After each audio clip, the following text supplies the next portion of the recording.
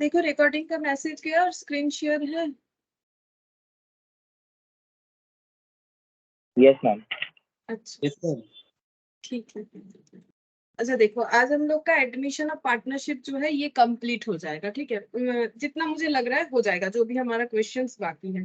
तो इलास्ट्रेशन 11 से करना है हम लोग को। देखो लास्ट दिन मैंने यहाँ पर नोट डाउन भी करवा दिया था, इसीलिए इलास्ट्रेशन 11 से हम लोग को करना है। 10 तक हम लोगों ने कर लिया, तो देखते हैं देखो इलास्ट्रेशन 11 नंबर में क्या दिया हुआ है। इलास्ट्रेशन 11, ठीक है। अच्छा यहाँ पर क्या बोला है देखो, alpha and beta were partners in a firm, ठीक है। एक फर्म में दो पार्टनर है, अल्फा बीटा।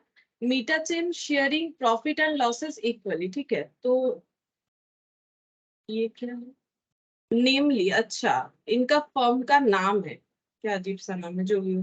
तो ये प्रॉफिट एंड लॉस, अच्छा मुझे लगा ये क्या अलग हो गया। अल्फा बीटा दो पार्टनर है और उनका फर्म का नाम कुछ ऐसा है, ठीक है।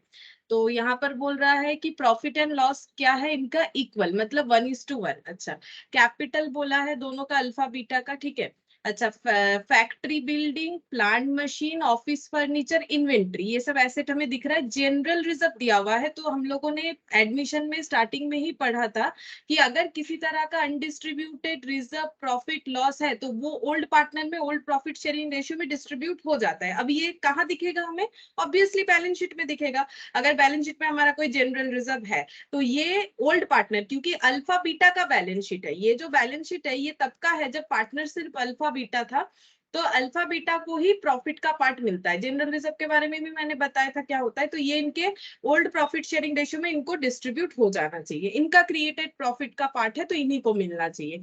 अच्छा वर्कमैन कंपेंसेशन फंड, ये एक आ गया कि मैंने ये भी बोला था रिजर्व या फंड जो भी होगा अनडिस्ट्रीब्यूटेड वो डिस्ट्रीब्यूट कर दिया जाएगा। वर्कमैन कंपेंसेशन फंड का मतलब समझो, वर्कमैन कंपेंसेशन फंड का मतलब होता है फैक्ट्री में काम होता है ना, तो वर्कर लोग चोटिल हो सकते हैं, मतलब चोट वगैरह लग सकता है ना। जैसे देखो इनका फैक्ट्री है भी, वैसे भी कहीं पर भी काम हो रहा है तो फिर वर्कर तो काम करते ही है। अब कभी कभार एक्सीडेंट तो हो सकता है, उसके लिए ऑर्गेनाइजेशन को पैसा देना पड़ता है, ठीक है। मतलब जो जिनको भी चोट लगता है उनके लिए अभी रूल्स ऐसा ही है कि जो जहां ऑर्गेनाइजेशन में अगर चोट वगैरह लगता है तो जिसके वहां लगा है उन्हीं को देखभाल करना पड़ेगा, मतलब पैसा वगैरह हॉस्पिटलाइज करना। तो उसके लिए क्या करते हैं ऑर्गेनाइजेशन, क्या करते हैं एक कंपेंसेशन फंड बना के रखते हैं वर्कर लोगों के लिए, कि अगर मेरा कोई भी वर्कर किसी को चोट लगता है तो हम ये फंड का पैसा यूज कर लेंगे। दैट इज 60,000 का इन्होंने क्रिएट कर रखा है। अच्छा अब इसका हमें ये देखना पड़ेगा क्या इससे हम लोगों ने कोई पेमेंट किया है, मतलब क्या हमारे पास ऐसा कोई इंफॉर्मेशन है नीचे जिससे ये पता चलेगा कि वर्कमैन कंपेंसेशन फंड हमें यूज करना पड़ा या नहीं करना पड़ा। अगर नहीं किया है तो ये पूरा का पूरा ओल्ड पार्टनर में ओल्ड प्रॉफिट शेयरिंग रेशियो में डिस्ट्रीब्यूट हो जाएगा जैसे रिजर्व डिस्ट्रीब्यूट होता है, क्योंकि प्रॉफिट से ही ये फंड क्रिएट किया गया है। जैसे मान लो तुम लोग घर पे अगर देखोगे कि तुम लोगों ने, मतलब घर पे पेरेंट्स अगर तुम लोगों के लिए एफडी करते हैं तो वो कहाँ से करते हैं, अपना जो अर्निंग होता है सेविंग से करते हैं। उसी तरह से प्रॉफिट का हिस्सा हम लोग बिजनेस में जनरल रिजर्व में ट्रांसफर कर सकते हैं कि हाँ ये रिजर्व से हम लोग पैसा यूज करेंगे जब कहीं पर दरकार होगा। वर्कमैन कंपेंसेशन फंड या रिजर्व का मतलब है वर्कर लोगों के लिए ही ये फंड यूज होगा, कहीं भी नहीं यूज होगा। जैसे जनरल रिजर्व हम लोग कहीं पर भी जरूरत पे यूज कर सकते हैं, इसीलिए नाम ही है जनरल रिजर्व। लेकिन वर्कमैन कंपेंसेशन फंड या रिजर्व का मतलब है वर्कर लोग अगर चोट आता है उनको उनके लिए स्पेसिफिकली बनाया जाता है। तो यहाँ पर 60,000 बोला है, अगर ये अनयूज्ड है मतलब जरूरत नहीं पड़ा, जरूरत कब होगा जब किसी को चोट लगेगा तब, ठीक है।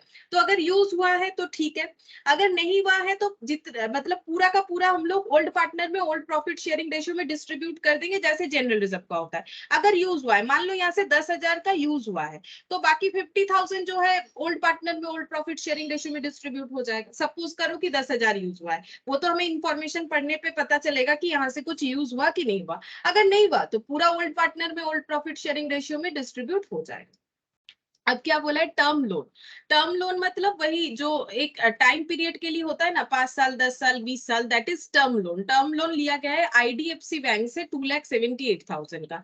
ट्रेड पेबल 1,22,000, ट्रेड रिसीवेबल और बैंक बैलेंस दे रखा है। अब पढ़ते हैं आगे, देखो इन्होंने किसको एडमिशन लिया है, अल्फा बीटा दो थे, अब इन्होंने गामा को एडमिशन लिया है 1 अप्रैल 2020 को। अब इनको क्या कंडीशंस दिया गया है, he shall have 1/6 share in future profit, मतलब ये जो गामा नए पार्टनर आ रहे हैं इनका फ्यूचर प्रॉफिट शेयरिंग रेशियो है 1/6, new profit sharing ratio 3:1, new profit sharing ratio है 3:2:1, ठीक है। अच्छा, अब बोल रहा है he shell bring 2,50,000 as is capital, इनको कैपिटल के लिए 2,50,000 लाना है। फर्म का पूरा गुडविल का वैल्यू है 3 lakh, goodwill of the firm बोला है, ठीक है 3 लाख। तो इसमें गामा का पोर्शन कितना हो जाएगा, ये गामा का प्रॉफिट शेयरिंग रेशियो होगा 1/6, तो ये हो जाएगा 50,000, ठीक है। अब ये जो है ये ओल्ड पार्टनर अपने अंदर अल्फा और बीटा सैक्रिफाइसिंग रेशियो में जो है डिस्ट्रीब्यूट कर लेंगे, ठीक है। Factory building is appreciated by 20%, मतलब रिवैल्यूएशन, ये रिवैल्यूएशन का बात हो जा रहा है कि एसेट या लाइबिलिटीज को चेंज करने का मतलब है रिवैल्यूएशन, रिवैल्यूएशन के हिसाब से बिल्डिंग का वैल्यू बढ़ाया जाएगा, तो प्रॉफिट है। इन्वेंट्री का वैल्यू 70,000 किया जाएगा, अब ये कम हुआ कि ज्यादा हुआ उसके लिए मुझे ओल्ड वैल्यू देखना पड़ेगा कि रिवैल्यूएशन का कितना था, तो उस हिसाब से हम लोग चार्ज करेंगे, सॉरी रिवैल्यूएशन बोल रहे हैं। इन्वेंट्री का कितना था, तो इन्वेंट्री का हम लोग का है 77,740, 70,000 में लाने के लिए बोल रहा है, तो कम करने के लिए बोल रहा है, लॉस है। मशीन को एप्रिशिएट करना है, एप्रिशिएट का मतलब बढ़ाना है, प्रॉफिट है। ऑफिस फर्नीचर को 50,000 पे रिवैल्यू करने बोला है, तो 50,000 से पहले कम था या ज्यादा था चेक करते हैं। 50,000 से ऑफिस फर्नीचर ज्यादा था, 55,850 था, तो 5850 का लॉस हो रहा है, ठीक है। Other trade receivable 3210 are bad, देखो यहाँ पर क्या बोला है, of the trade receivable, of the trade receivable मतलब जितना भी ट्रेड रिसीवेबल है उसमें 3210 आर बैड, ये प्रोविजंस नहीं बोला है, ठीक है। ट्रेड रिसीवेबल 1,43,210 में से बैड कितना है 3210, बैड डेप्ट और प्रोविजन फॉर बैड डेप्ट में फर्क होता है। बैड डेप्ट का मतलब है कंफर्म ये पैसा गया, ये नहीं मिलेगा, और प्रोविजंस करने का मतलब होता है कि हर एक बिजनेस क्या करता है, हर एक बिजनेसमैन या जो भी बिजनेसमैन हो वुमेन हो जो भी हो, तो क्या करते हैं एस्टिमेटेड बेसिस पे एक प्रोविजंस कर रखते हैं कि ऐसा नहीं कि 100% कस्टमर खराब होते हैं या फिर ऐसा भी नहीं होता है 100% कस्टमर अच्छे होते हैं, ठीक है। मैक्सिमम लोग अच्छे होते हैं फिर भी, ठीक है। बहुत कम लोग होते हैं कि जो अच्छे नहीं होते, नहीं तो फिर बिजनेस करना ही मुश्किल था ये, और वैसे भी ये दुनिया ही चलना मुश्किल है अगर ज्यादा से ज्यादा लोग खराब होते जाएंगे, ठीक है। तो अभी भी ज्यादा से ज्यादा लोग अच्छे हैं तभी दुनिया चल रहा है। तो यहाँ पर क्या होगा, यहाँ पर देखो 5% इनको लग रहा है कि पीबीडीडी कर लेना चाहिए, मतलब इनका ऐसा कहना है कि अगर मुझे 100 रुपए मार्केट में रिसीवेबल है तो मेरा 5 रुपए, मुझे ऐसा लगता है बिजनेस करके मेरा एक्सपीरियंस मुझे ये बता रहा है कि 5 रुपए मेरा बैड डेप्ट हो सकता है, मतलब 95 मुझे मिल जाता है, 95% रिकवर हो जाता है, 5% नॉट रिकवर्ड रहता है, ठीक है। तो हमें क्या करना है, ये प्रोविजंस क्रिएट करना है, तो अगेन मेरा डेटर कम होगा, एसेट कम होगा, तो फिर रिवैल्यूएशन में जाएगा, तो इसको कहा देंगे ये कंफर्म बैड डेप्ट है। तो इसमें भी बैड डेप्ट का मतलब क्या हो गया, बैड डेप्ट का मतलब कि हमारा ये 3210 का लॉस कंफर्म हो चुका है, पक्का हो चुका है, 3210 का लॉस होगा ही होगा। तो इसमें भी मेरा एसेट कम होगा, इससे भी मेरा डेटर कम होगा, ये वाले केस में भी मेरा डेटर कम होगा, तो फिर ट्रीटमेंट अलग क्या होगा, दोनों ही रिवैल्यूएशन में जाएगा क्योंकि एसेट डाउन हो रहा है। लेकिन इसका एडजस्टमेंट हम लोग कैसे करेंगे, तो देखो हमें प्रोविजन किस पे क्रिएट करना चाहिए, हमें हमेशा प्रोविजन क्या करना चाहिए, हमारे पास टोटल जो डेटर रहेगा उस पे प्रोविजन क्रिएट करना चाहिए, तो टोटल डेटर ये है। लेकिन अगर हमें पता ही है कि इसमें से 3210 नहीं मिलेगा, कंफर्म मुझे पता है, जैसे मान लो मुझे मार्केट से 100 रुपए मिलने वाले थे और मुझे पता है कि 10 रुपए मुझे नहीं मिलेगा, ये मेरा कंफर्म हो चुका है, मुझे 10 रुपया नहीं मिलने वाला, मुझे पक्का पता चल गया है, कस्टमर खुद आके बोल दिया है कि हम नहीं दे पाएंगे, सपोज हम इंसॉल्वेंट हो गए या फिर मुझे कंफर्म हो गया कि मुझे ये नहीं मिलेगा, तो मेरा 90 रुपीज ही जो है मार्केट से रिसीवेबल है। अब मुझे डाउटफुल डेप्ट, अगर मुझे प्रोविजंस क्रिएट करना है तो मुझे इस पे करना चाहिए, इस पे नहीं करना चाहिए, क्यों, क्योंकि डाउटफुल हम लोग किसे रखेंगे, ये तो पक्का डाउट हो चुका है, डाउटफुल नहीं, ये तो बैड डेप्ट हो चुका है, इसमें कोई डाउट नहीं है, ठीक है, ये कंफर्म बैड डेप्ट हो चुका है, ये क्या है कंफर्म, ठीक है। तो इसका मतलब अगर मुझे पता है कि मेरा डेटर कम होके 90 हो चुका है, तो मुझे अगर अब एस्टिमेट करना है तो इसी पे करना चाहिए। अगर 5% बेसिस पे एस्टिमेट चल रहा है तो मुझे इस पे एस्टिमेट करना चाहिए कि मुझे और कितना पैसा नहीं मिलेगा। अगर हम इस पे करेंगे तो गलत क्या होता है, सुनो, अगर हम इस पे करेंगे तो हम लोग ऐसे करते हैं, देखो हम लोग बोलेंगे 5 रुपया नहीं मिलेगा, लेकिन अगर हम लोग 90 पे करते हैं तो वैल्यू कितना आता है, 90 पे 5% करके देख लो, वैल्यू आता है हम लोग को 4.5, ठीक है। ये देखो 4.5 रुपीज नहीं मिलेगा, दोनों में फर्क देखो, अगर 100 पे करते हैं तो 5 होता है, अगर हम लोग 90 पे करते हैं 4.5 होता है, लेकिन हम लोग कब 90 अगर क्वेश्चन में बता रहा है कि 10 रुपए बैड डेप्ट हो चुका है, तब अगर हम लोग तब भी 100 पे करते हैं तो हमारा रिसीवेबल हमें 95 दिखेगा। लेकिन सोचो, एक बात सोचो, मुझे पता ही है कि मुझे 10 रुपीज नहीं मिलेगा, तो हम क्यों ऐसा काम करें? मेरा तो वैसे ही टोटल डेटा रिड्यूस होकर 90 हो रहा है, और अगर हम 100 पे प्रोविजन क्रिएट करेंगे तो मुझे रिसीवेबल 95 दिखाएगा, जबकि मुझे पता है कि मुझे 10 रुपए आगे मिलने वाले हैं नहीं। तो इसीलिए हमेशा अगर बैड डेट रहा तो टोटल डेटर से अगर बैड डेप्ट लेस किया हुआ नहीं है तो पहले बैड डेप्ट को लेस कर दो, तो हमें क्या मिलेगा? ये देखो, ये सारे जो डेटर है ना, इसमें गुड भी है बैड भी है, ठीक है, क्योंकि हमें क्या पता कौन पैसा देगा कौन नहीं देगा। अब इसमें से हम लोगों को जितना बैड पता चल गया उतना हम लोग माइनस कर सकते हैं, जैसे कि 3210, अगर ये हम लोग माइनस कर देते हैं, हम लोग का बचता है 1,40,000, ठीक है। इसमें भी गुड भी है बैड भी है, ठीक है, इसमें भी गुड है बैड है, नहीं पता, ठीक है, मतलब कौन कितना गुड होगा कितना बैड होगा नहीं पता, उसी का एस्टिमेट किया है। 5% ऐसे लगता है कि बैड होगा, तो यहाँ से 5% का प्रोविजन क्रिएट कर लेंगे कि मतलब हमारा एक एक्सपीरियंस है कि 5% लोग पैसा नहीं देते हैं। तो 1,40,000 में अगर हम लोग 5% यानी कि 7,000 का bad dept create, provision for bad डेप्ट करते हैं, ये बैड डेप्ट नहीं है, ये प्रोविजन फॉर बैड डेप्ट होता है। तो 1,33,000 हम लोग ये कहना चाह रहे हैं कि प्रोबेबली गुड डेटर है। अब ये एस्टिमेशन हमेशा सही हो ऐसा जरूरी नहीं है, लेकिन हाँ, एक्सपीरियंस से काफी हद तक सही होता है, ठीक है। कभी कभी ऐसा होता है कि हम लोगों ने सोचा 5% लोग नहीं देंगे, लेकिन 4% लोगों ने ही पैसा नहीं दिया, बाकी सबने दिया, मतलब हम लोगों ने एक्स्ट्रा प्रोविजन कर दिया, ठीक है। तो वो बाद में एडजस्ट हो जाता है। मतलब ये तो प्रॉफिट से ही क्रिएट करना होता है, तो प्रॉफिट में फिर ट्रांसफर कर देते हैं, या फिर फर्दर अगर हमें 5% ही क्रिएट करते जाना है, ऐसा अगर हमारा बिजनेस में कुछ पॉलिसी हम लोगों ने लिया है, और मान लो हम लोगों ने सोचा था 5% लेकिन हुआ 4%, तो जो अमाउंट बच जाएगा वो नेक्स्ट ईयर में एडजस्ट कर लिया जाएगा, ठीक है, ऐसे करके होता है। तो अभी हम ये बताना चाह रहे हैं कि अगर बैड डेप्ट और प्रोविजन फॉर बैड डेप्ट में फर्क क्या है? बैड डेप्ट में मतलब कंफर्म नहीं मिलेगा, पता चल गया, अगर नहीं मिलेगा पता चल गया तो डेटर को भी कम करो, 1,43,210 की जगह डेटर इतने से कम होकर 1,40,000 हो जाएगा, क्योंकि कंफर्म ये पैसा नहीं मिलने वाला है। तो प्रोविजन जो क्रिएट करना है, जो पैसा मिलेगा ऐसा हमें लग रहा है, ठीक है, ये पैसा मिल जाएगा, ठीक है, इसमें कुछ मिलेगा कुछ नहीं मिलेगा ऐसा हो सकता है, तो कितना 5%, ठीक है, ये एस्टिमेटेड होता है, ये कोई भी अपने बिजनेस में कभी भी कंफर्म नहीं बोल सकता है, और ये एस्टिमेशन है, इसीलिए कभी कभार मतलब कम बेसी हो जाता है। ऐसा जरूरी नहीं है कि 5% सोचा तो 5% ही होगा, 5% से कम भी हो सकता है, कभी कभी ज्यादा भी हो सकता है, और ये एस्टिमेशन के बेसिस पे नेक्स्ट ईयर फिर हम लोग अपना एस्टिमेशन चेंज कर सकते हैं। अच्छा, मैंने गलत एस्टिमेशन किया था, ये 5% नहीं, ये 6% करना पड़ेगा, और भी काफी लोग हैं जो कि पैसा नहीं दिए, या फिर ऐसा होता है कि हाँ मैक्सिमम लोग पैसा दिए, तो हाँ एस्टिमेशन हम लोगों ने कुछ ज्यादा ही कर लिया और कम कर दो, ऐसे होता है। फिर बोला है there is no actual liability towards workman, आ गया पॉइंट, ठीक है। वर्कमैन कंपेंसेशन फंड में कोई लाइबिलिटी ऑकर नहीं हुआ। लाइबिलिटी क्यों?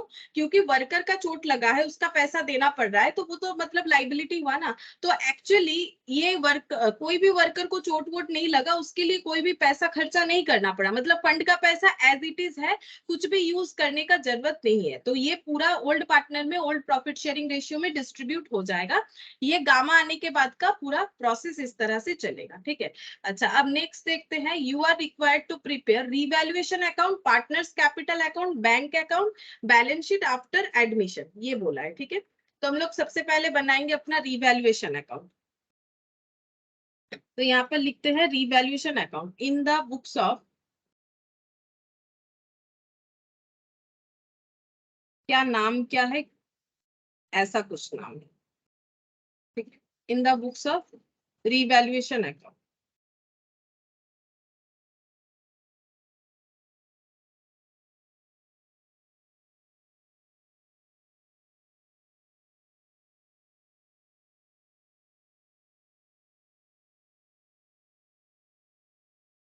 रिवैल्यूएशन में तो हम लोग हमेशा एसेट और लाइबिलिटीज को ही रिकॉर्ड करते हैं, जितना वैल्यू उनका कम या ज्यादा हो रहा है उसके ऊपर।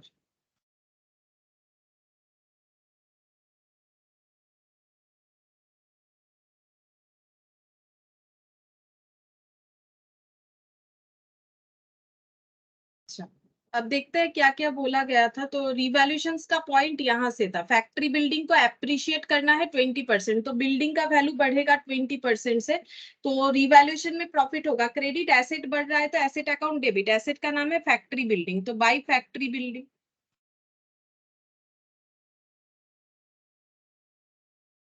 20% से इंक्रीज करना पड़ेगा, तो 4,78,000 का 20%।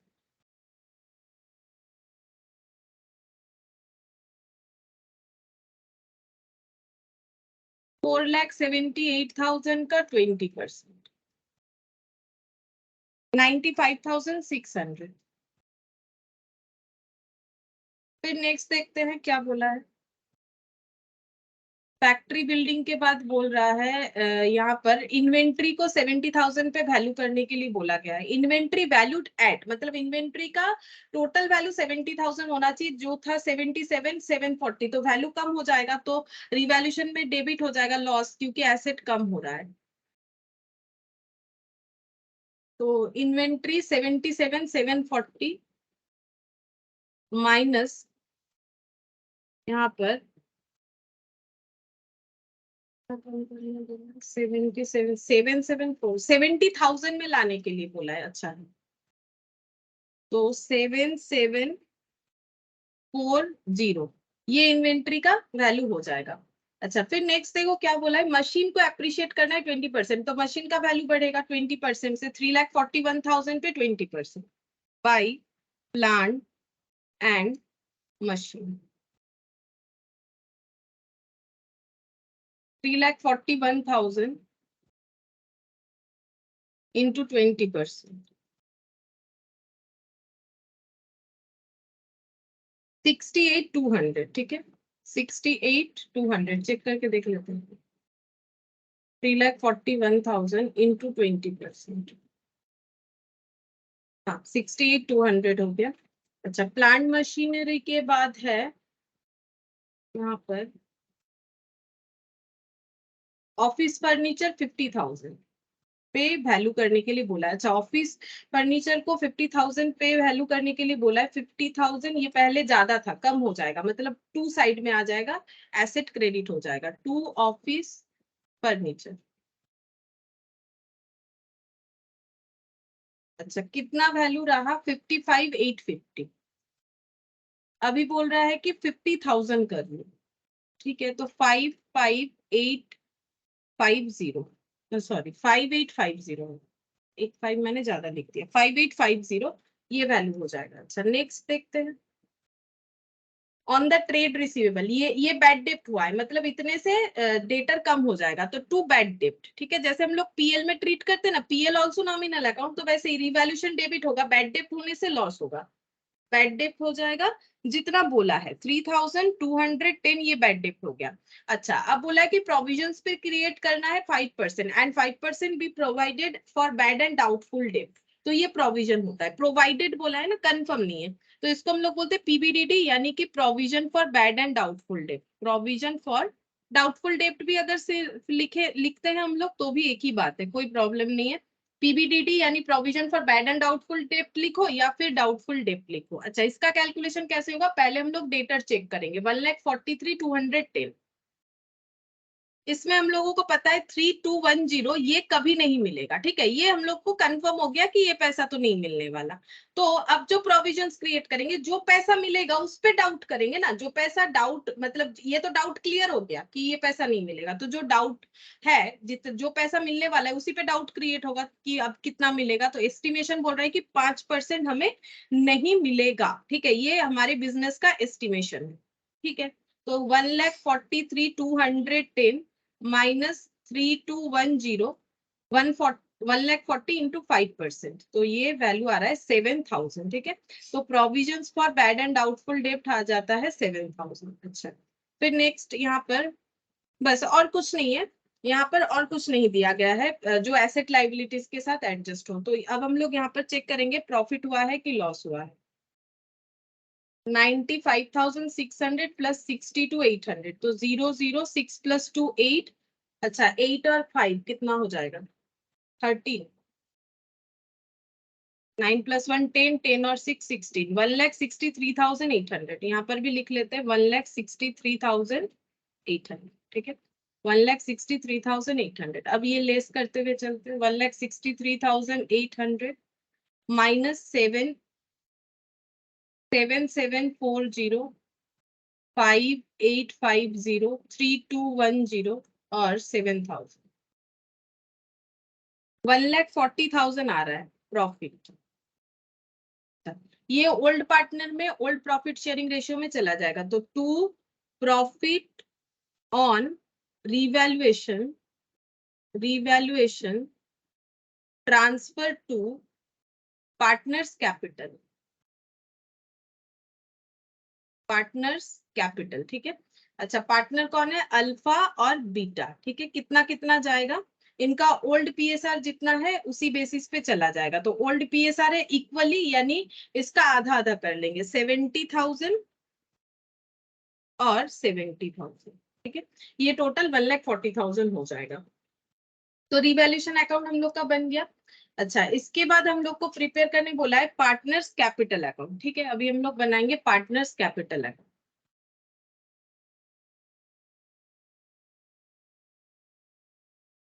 पार्टनर्स कैपिटल अकाउंट,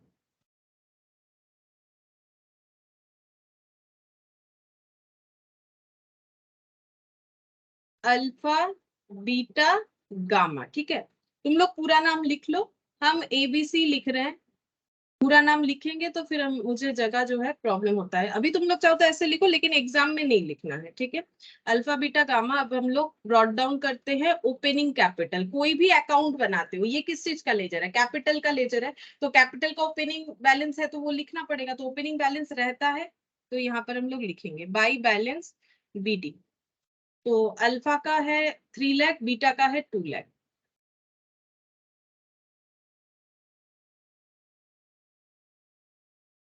इसके बाद जनरल रिजर्व डिस्ट्रीब्यूट कर लेते हैं, ठीक है। यहां से देख के पहले जनरल रिजर्व ट्रांसफर कर लेते हैं बाई जनरल रिजर्व।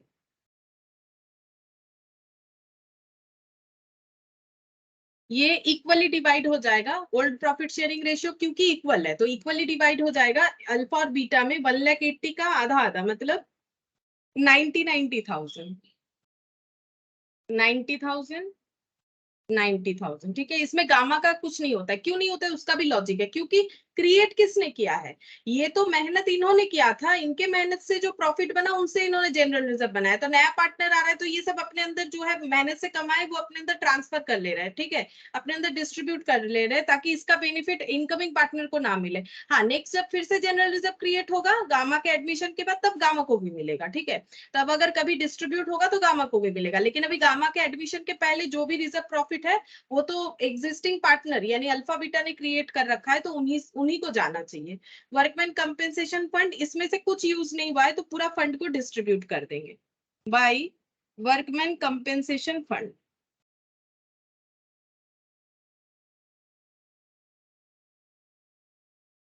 60,000 था, इसका भी हाफ हाफ हो जाएगा रेशियोज के हिसाब से, तो 30,000। अच्छा, इसके बाद यहाँ पर और तो बैलेंस शीट से कुछ ट्रांसफर नहीं होगा। ये जो इनकमिंग पार्टनर है इन्होंने 2,50,000 कैपिटल के लिए लाया है, तो बाई बैंक कैपिटल 2,50,000, ठीक है। अच्छा, और क्या है देखते हैं। फिर यहाँ पर बोला है गुडविल इतना है। अब गुडविल के लिए कितना लाना पड़ेगा वो देखेंगे। अच्छा, फैक्ट्री बिल्डिंग ये सब, रिवैल्यूएशन का इम्पैक्ट दे देते हैं। रिवैल्यूएशन में प्रॉफिट हुआ है तो यहाँ पर आ जाएगा बाई रिवैल्यूएशन प्रॉफिट। 70,000 डिस्ट्रीब्यूट हुआ, 70 और 70,000, ठीक है। अच्छा, अब गुडविल का हम लोग कैलकुलेशन करके देखेंगे कि गुडविल का क्या क्या करना है, ठीक है। तो यहाँ पर हम ये पार्टनर्स कैपिटल के लिए पेज रखते हैं। हम लोग को एक बैंक अकाउंट भी बनाने बोला है, एक बैलेंस शीट भी बनाने के लिए बोला है। तो मुझे लगता है इसमें मेरा बैंक अकाउंट बन जाएगा, छोटा सा ही होगा शायद, और ये बैलेंस शीट, ये एक पेज रखते हैं। यहाँ पर हम लोग गुडविल का कैलकुलेशन देखते हैं। Working note number 1, share of gamma's goodwill, ठीक है। गामा को गुडविल के लिए कितना लाना पड़ेगा? तो टोटल गुडविल कितना दे रखा है? 3 लाख, ठीक है। टोटल गुडविल हमें 3 लाख दे रखा है, और हमेशा गुडविल के लिए कितना शेयर लाना पड़ता है? जितना प्रॉफिट दिया जाता है शेयर करने के लिए उसके बेसिस पे। तो देखो लिखा हुआ है 1/6, तो 1/6 शेयर ऑफ प्रॉफिट के लिए गुडविल कितना लाना पड़ेगा? 1/6, मतलब ये हो जाएगा 50,000, ठीक है, गुडविल का शेयर हो गया 50,000। अब हम लोग ये वाला ये जो गुडविल का शेयर है, अब देखो कहीं पर भी ये नहीं बताया कि वो कैसे गुडविल लेके आ रहे हैं, ठीक है, मतलब ये तो कैलकुलेट हो गया कि कितना लाना पड़ेगा 50,000, लेकिन ये नहीं बताया कि वो 50,000 कैसे ला रहे हैं। तो इसका मतलब कैश तो नहीं ला रहे, मतलब नॉर्मली जो कैश वाला एंट्री होता है ना, जैसे ये 50,000 हम लोग नॉर्मली बाई बैंक बोल के यहाँ पर एड ऑन कर सकते थे, लेकिन यहाँ पर ये नहीं बोला है कि कैश में लाया या प्रीमियम फॉर गुडविल में लाया, ऐसा कुछ नहीं बोला है। जब कुछ नहीं बोलेगा तो ये मतलब इम्प्लाइड होता है कि वो कैपिटल के थ्रू से उसे जो है एडजस्ट, मतलब कैपिटल से काट लिया जाएगा, मतलब इनका कैपिटल 2,50,000 से 2,00,000 हो जाएगा, मतलब गुडविल का शेयर ये कैश में नहीं ला पा रहे हैं, तो 2,50,000 से 50 डिडक्ट हो जाएगा, ठीक है। तो इसके लिए हम लोग सबसे पहले कैलकुलेट करेंगे कि सैक्रिफाइसिंग रेशियो क्या है, तो उतना जो है ये दो जो भी सैक्रिफाइसिंग पार्टनर होंगे अपने अंदर ये शेयर डिस्ट्रीब्यूट कर लेंगे। तो अल्फा बीटा गामा हम लोग रेशियो कैलकुलेट करेंगे। ओल्ड रेशियो इनका है हाफ हाफ, ठीक है, ओल्ड वाला। और न्यू रेशियो यहाँ पर 3:1, मतलब 3/6, 2/6 और 1/6। अच्छा, अब हम लोग चेक करते हैं सैक्रिफाइस या गेन। कभी कभार गेन भी हो जाता है, एक क्वेश्चन में हम लोगों ने देखा भी था, तो मैंने दोनों ही चीज लिख लिया, जो होगा उसी के हिसाब से कर लेंगे। तो ये वाला देखो 3/6 और 1/2, ये जीरो आएगा। क्यों जीरो आएगा? 1/2, 3/6 को सिंप्लीफाई करो ऐसे करके 1/2, तो जीरो हो गया, तो इसको कैलकुलेट नहीं करते, मतलब इनका ना तो सैक्रिफाइस ना तो गेन। ए को पहले भी जितना मिल रहा था, गामा आने के बाद भी उतना ही मिल रहा है, ठीक है। अब बी का देखते हैं, बी का जरूर सैक्रिफाइस होगा, क्योंकि कोई भी सैक्रिफाइस नहीं करेगा तो ये अपना हिस्सा कैसे मिलेगा इसको, ये पॉसिबल नहीं है। तो यहाँ पर देखो ये हो गया 6, एलसीएम 2 और 6 का, 3 - 2, 1/6, ठीक है। यही 1/6 इसको मिल रहा है, ये जो 1/6 सैक्रिफाइस कर रहा है यही वाला इसको मिल रहा है, ठीक है। तो जो सैक्रिफाइस करेगा उसको गुडविल का पैसा मिलना चाहिए, ठीक है। तो अब कैसे होगा, क्योंकि कैश में तो नहीं ला पा रहे हैं, तो इसीलिए अकाउंट से डिडक्ट कर लिया जाएगा। तो गामा, ये देखो G's capital account debit gamma, ठीक है, G's capital account debit 50,000 to B's capital मतलब बीटा 50,000। अब तुम लोग सोच रहे हो कि ये एंट्री तो हम लोग कैश में लाते तब भी करते, हाँ ये एंट्री तब भी करते, लेकिन अगर ये कैश होता, बात समझो, अगर ये कैश होता तो एक एंट्री ऐसा भी होता, बैंक अकाउंट डेबिट टू ऐसे होता, टू जीज कैपिटल बोल के यहाँ पर 50,000 का भी एक एंट्री होता, मतलब इनका जो पहले कैपिटल इन्होंने जो लाया है उसके लिए भी सेम ऐसा एंट्री होता, बैंक टू जीज कैपिटल। अगर इन्होंने कैश में गुडविल लाया होता तो उसका एंट्री कितना होता, उसका एंट्री तो जो है उतना ही होगा, मतलब 2,50,000 जो कि कैपिटल लाया है इन्होंने, ठीक है। लेकिन यहाँ पर क्वेश्चन में हमें ये नहीं बोला कि ये गुडविल का शेयर इन्होंने कैश में लाया है, ठीक है।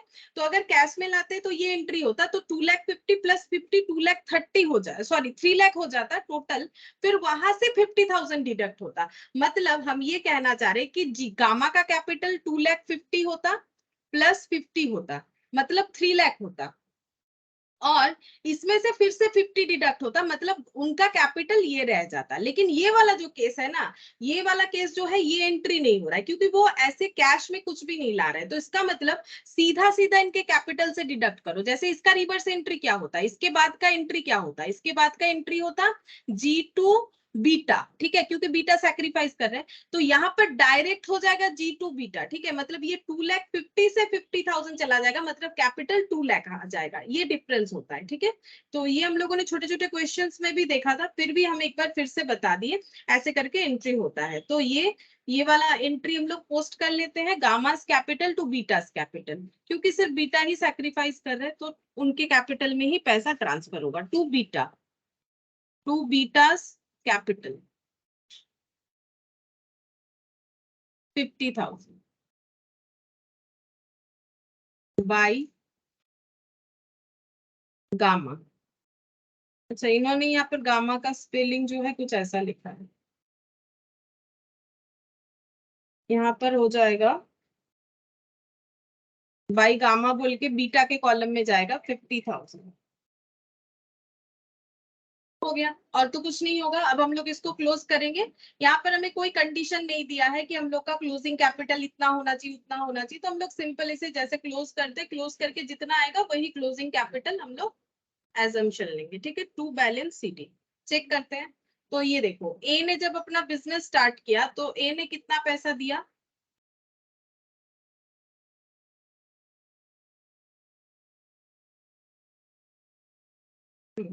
देखो, ए ने जब बिजनेस स्टार्ट किया तो ए का कैपिटल रहा 3 लाख। ठीक है। फिर उसके बाद एडमिशन हो रहा था, गामा का तो 90,000 रिजर्व से मिला, 30,000 वर्कमैन कंपेंसेशन फंड मिला, और 70,000 का रिवैल्यूएशन प्रॉफिट मिला। तो कैपिटल इंक्रीज होके 4,90,000 हो गया। ठीक है। अच्छा, अब यहाँ पर देखो, कोई भी एडजस्टमेंट मतलब इधर से कुछ भी माइनस नहीं होगा, मतलब कुछ डिडक्ट नहीं हो रहा है, तो 4,90,000 ही क्लोजिंग कैपिटल बन जाता है अल्फा का। गामा के केस में देखते हैं, सॉरी बीटा के केस में देखो, 2 लाख कैपिटल से बिजनेस स्टार्ट हुआ, मतलब 2 लाख कैपिटल था इस साल। 90,000 बिजनेस स्टार्ट कब हुआ है? ऐसा नहीं बोला है कि अभी बिजनेस स्टार्ट हुआ है, अगर होता तो बाई बैंक हो जाता ये। ठीक है। देखो, ये हम गलती से बोल दी, लेकिन ये भी देखो, अगर ये बिजनेस इनका अभी स्टार्ट होता तो ये कभी बाई बैलेंस बीडी नहीं होता, बाई बैंक होता, कैश टू कैपिटल या बैंक टू कैपिटल, मतलब बिजनेस पहले से ही चल रहा है, ये अभी के डेट का कैपिटल बताया जा रहा है। अच्छा, 30,000 हो गया वर्कमैन कंपेंसेशन फंड से मिल रहा है, 70,000 मिल रहा है रिवैल्यूएशन प्रॉफिट से, और जो गुडविल का शेयर है वो मिलेगा 50,000, मतलब 4,40,000। कैपिटल इतना हो रहा है, तो यहाँ पर कुछ डिडक्शन भी नहीं है, तो 4,40,000 क्लोजिंग कैपिटल।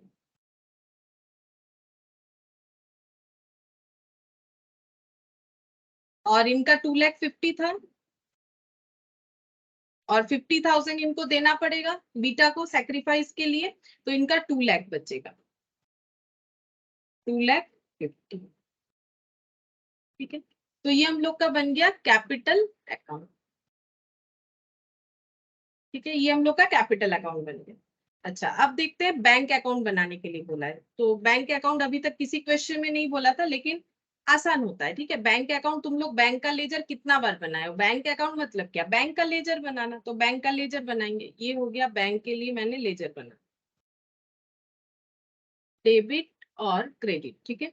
तो बैंक क्या होता है? बैंक हम लोग का एसेट होता है, इसका कोई ओपनिंग बैलेंस है? हाँ होगा, देखते हैं ना, बैलेंस शीट में ओपनिंग बैलेंस है 44,200, तो यहाँ पर लिख लेते हैं, क्योंकि एसेट साइड में है, तो टू बैलेंस बीडी 44,200। सपोज कि यहाँ कोई बीओडी होता, सोचो, है नहीं, हम बता रहे हैं, जैसे बीओडी बैंक ओवरड्राफ्ट होता, तो वो तो लाइबिलिटी होता है, और हमें बैंक अकाउंट बनाने के लिए बोला जाता। मान लो बीओडी का अमाउंट होता है 10,000, तो 10,000 जो है ये क्रेडिट साइड में जाता। ठीक है, मतलब ओवरड्राफ्ट है, और ये बैलेंस इतना बता रहा है, मतलब हमारे पास इतना पैसा है। ठीक है।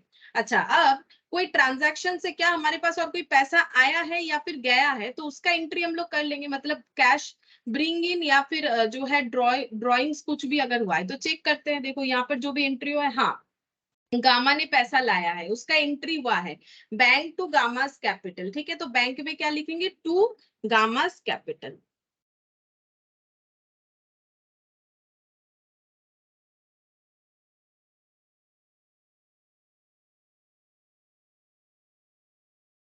2,50,000। ठीक है।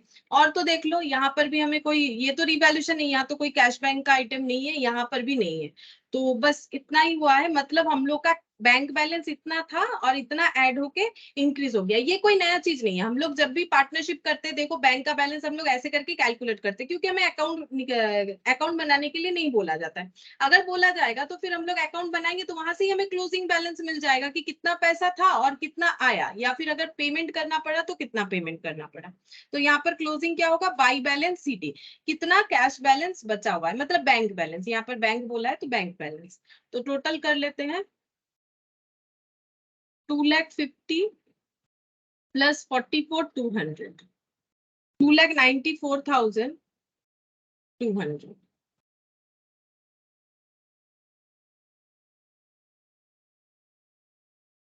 2,94,200। तो बैंक का अकाउंट हमें प्रिपेयर करने के लिए बोला था, ये भी बन गया। अच्छा, अब नेक्स्ट हमें बैलेंस शीट बनाने के लिए बोला है, चेक कर लेते हैं एक बार। यहाँ पर देखो, बोला है balance sheet after admission.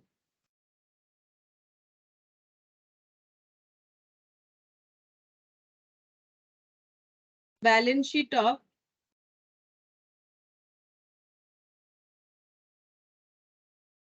as on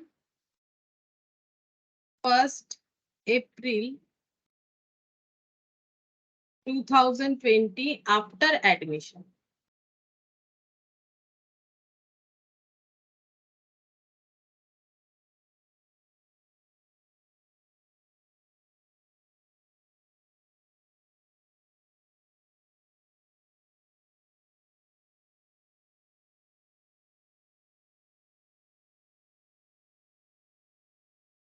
अब हम लोग पहले ही देख लेते हैं ओल्ड बैलेंस शीट में क्या क्या है। फैक्ट्री बिल्डिंग, प्लांट मशीनरी, हम लोग भी यही सब लिखेंगे। फैक्ट्री बिल्डिंग, तो फैक्ट्री बिल्डिंग का हमें कोई रिवैल्यूएशन बोला था क्या, चेक करते हैं। 4,78,000 है। फैक्ट्री बिल्डिंग 95,600 से इंक्रीज किया गया है, ठीक है, तो फिर 95,600 इसमें ऐड करके लिखेंगे। 95,600 ऐड कर देंगे।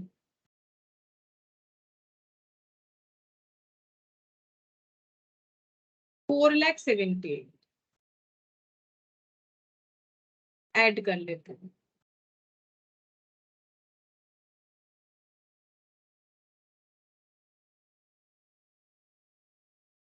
5,73,600। फैक्ट्री बिल्डिंग के बाद है plant and machinery.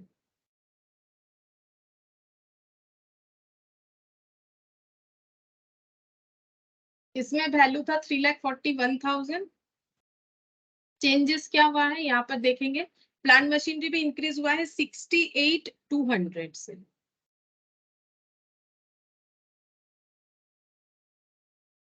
68,200।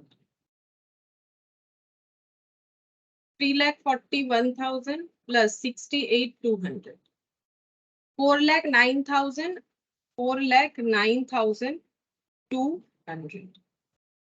Plant machinery के बाद है ऑफिस फर्नीचर। ऑफिस फर्नीचर, इस पे वैल्यू था 55,850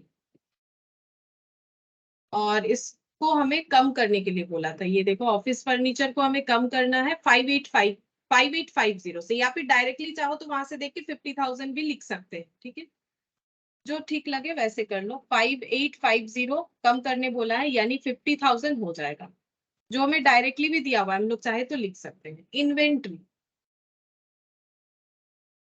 इन्वेंट्री का भी 77, ये भी कम करने बोला था, 70,000 करने बोला था, ठीक है। ये देखो 77,740 और 7,740 से कम करने बोला था। एक्चुअली ये बता दिया था हम लोगों ने, ये निकाला था, ठीक है, एक ही बात है। जैसा करना चाहो तो यहाँ पर डायरेक्टली भी 70,000 लिखा जा सकता है, ये समझने के लिए बस, और कुछ नहीं। 70,000, ठीक है। चलो, इन्वेंट्री हो गया। इसके बाद है हम लोगों का ट्रेड रिसीवेबल और बैंक। तो ट्रेड रिसीवेबल, ट्रेड रिसीवेबल हो जाएगा ऐसे, कितना है 1,43,210, 1,43,210 लेस बैड डेप्ट लेस पीबीडीडी। बैड डेप्ट है 3,210, पीबीडीडी है @5%, वो 7,000 आया, ठीक है। 1,43,210 इससे माइनस हो जाएगा 3,210, तो 1,40,000 आ जाएगा। ये कैलकुलेशन मेरा दिखाया हुआ है 1,40,000, या फिर ऐसे कर सकते हो यहाँ पर 1,40,000 लिख लो पहले, और 5% यानी 7,000।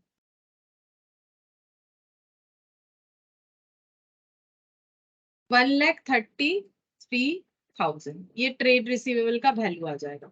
बैंक, बैंक का भी अभी हमें यहाँ से क्लोजिंग बैलेंस मिल जाएगा 2,94,200, यहाँ से देख के लिख सकते हैं 2,94,200। बस और कुछ नहीं है। अब हम लोग टोटल करते हैं, इधर टोटल कर लेते, फिर लाइबिलिटी साइड लिखेंगे।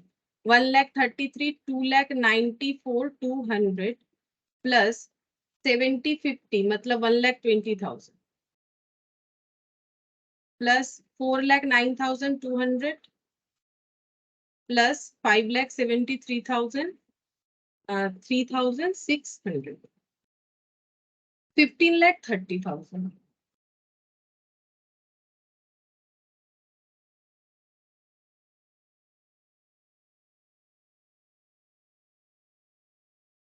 15,30,000 आ रहा है, देख लो एक बार, 15,30,000। अच्छा, अब हम लोग लाइबिलिटी साइड को देखते हैं, लाइबिलिटी साइड में क्या क्या लिखा हुआ है। तो कैपिटल तो होगा, इसके अलावा एक एक करके लिखते हैं। सबसे पहले कैपिटल में alpha beta gamma, capital alpha beta gamma, यहाँ से देख के लिखना पड़ेगा। 4,90,000, 4,40,000 और 2,00,000। अच्छा, 4,90,000, 4,40,000 और 2,00,000। और अगर हम लोग चाहे तो यहाँ लिख के ऐड करके भी लिख सकते हैं, वैसे भी होता है। जनरल रिजर्व नहीं लिखेंगे, डिस्ट्रीब्यूट हो गया है तो वो जीरो हो गया। जनरल रिजर्व क्रेडिट था, डेबिट करके डिस्ट्रीब्यूट कर दिया, वो तो कैपिटल में। देखो जनरल रिजर्व कहाँ गायब नहीं हुआ, ये कैपिटल में ऐड होके है, ठीक है, जनरल रिजर्व के तौर पे नहीं दिखेगा। वर्कमैन कंपेंसेशन फंड वो भी चला गया। टर्म लोन, इसमें कोई चेंजेस नहीं था, टर्म लोन जितना था उतना लिख देंगे।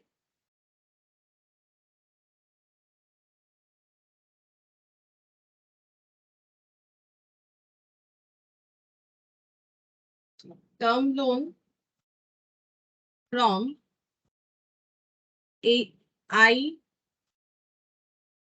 आईडीएफसी, हाँ आईडीएफसी बैंक से है। कितना है? 2,78,000। टर्म लोन के बाद है ट्रेड पेएबल 1,22,000, इसमें भी कोई चेंजेस नहीं है। Trade payable 1,22,000। अब इधर का भी टोटल इतना ही होना चाहिए, 15,30,000 जितना इधर हुआ है, ठीक है, चेक करके देख लेते हैं। 15,30,000 हम लोग माइनस करते हुए जाते हैं, अगर जीरो हो जाएगा तो सेम अमाउंट होगा इधर 1,22,000। तुम लोग चाहो तो ऐड करके भी देख सकते हो, हम जीरो करके चेक कर लेते हैं। 2,78,000 माइनस, यहाँ हो गया 4,4,8,9,10 माइनस 10,00,000, और माइनस ये 4 और 90, 40,000 और 90,000, 90,000। जीरो आ रहा है, तो 15,30,000 टैली हो रहा है, ठीक है। तो बैलेंस शीट बन गया, क्वेश्चन हम लोग का कंप्लीट हो गया। अच्छा, और ये देखो इलास्ट्रेशन भी हम लोग का कंप्लीट हो गया, मतलब पार्टनरशिप जो एडमिशन है वो हम लोग का कंप्लीट हो गया। इसके बाद दो क्वेश्चन है, पहले करेंगे, फिर ट्रू फॉल्स और सारे एमसीक्यूज भी सॉल्व करेंगे। तो यहाँ पर पहला क्वेश्चन ये वाला, क्वेश्चन का क्वेश्चन नंबर 1।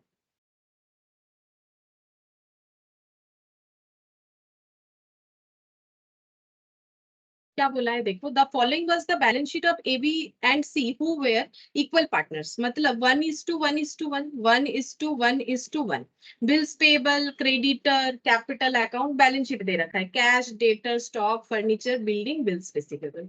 फिर क्या बोल रहा है यहाँ पर, इन्होंने डी को एडमिशन लेने का सोचा है, मतलब पहले से तो 3 पार्टनर है और एक पार्टनर आ जाएगा, मतलब 4 पार्टनर हो जाएंगे।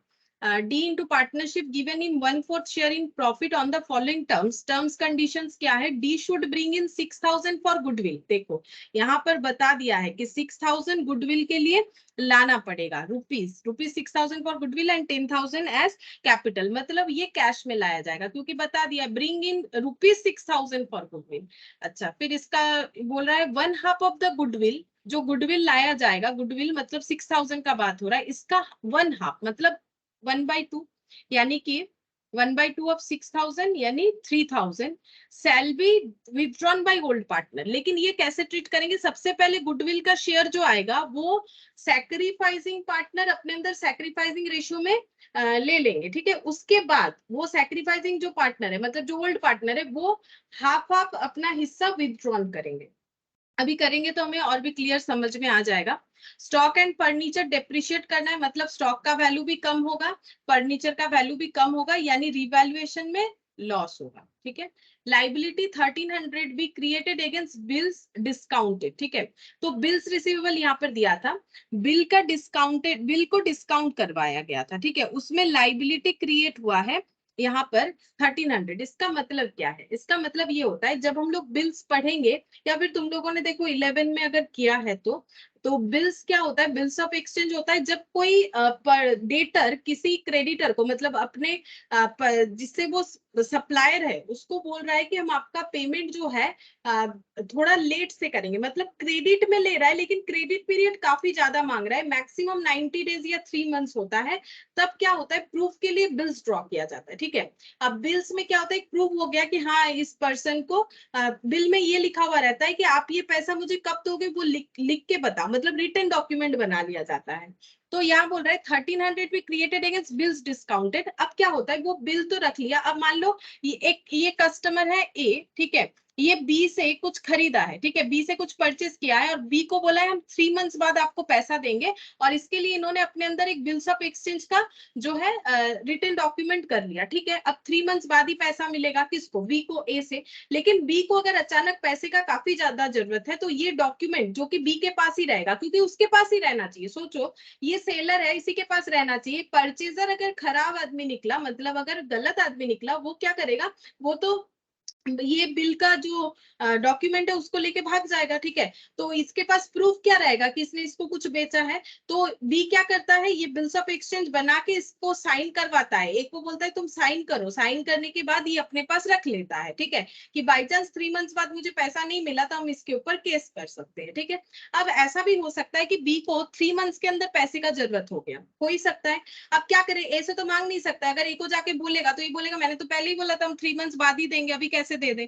तो इसके पास एक ऑप्शन है, ये क्या कर सकता है, मतलब अलग अलग ऑप्शन होता है, फिलहाल हम एक ही ऑप्शन बताते हैं जो हमें इस पॉइंट को रिलेट करवा देगा।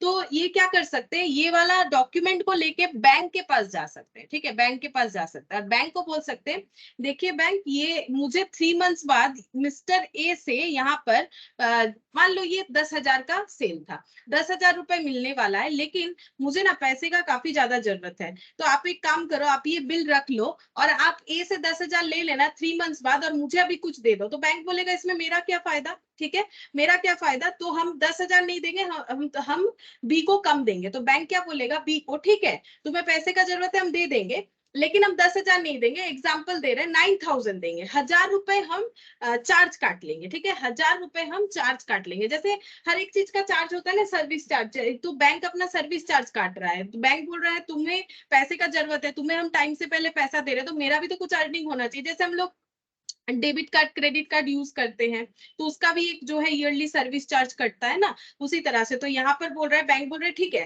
तुम्हें 9,000 हम दे देते हैं और तुम चले जाओ और हम ए से पैसा कलेक्ट कर लेंगे। ठीक है, और ये ए से बैंक कितना पैसा लेगा, 10,000, मतलब बैंक का ये ट्रांजेक्शन करवा के 1,000 का फायदा हुआ। ठीक है, मतलब इनकम हुआ, ये बैंक का इनकम करने का तरीका है। ठीक है, तो ये लाइबिलिटी जो है 1,300 be created against bills discount,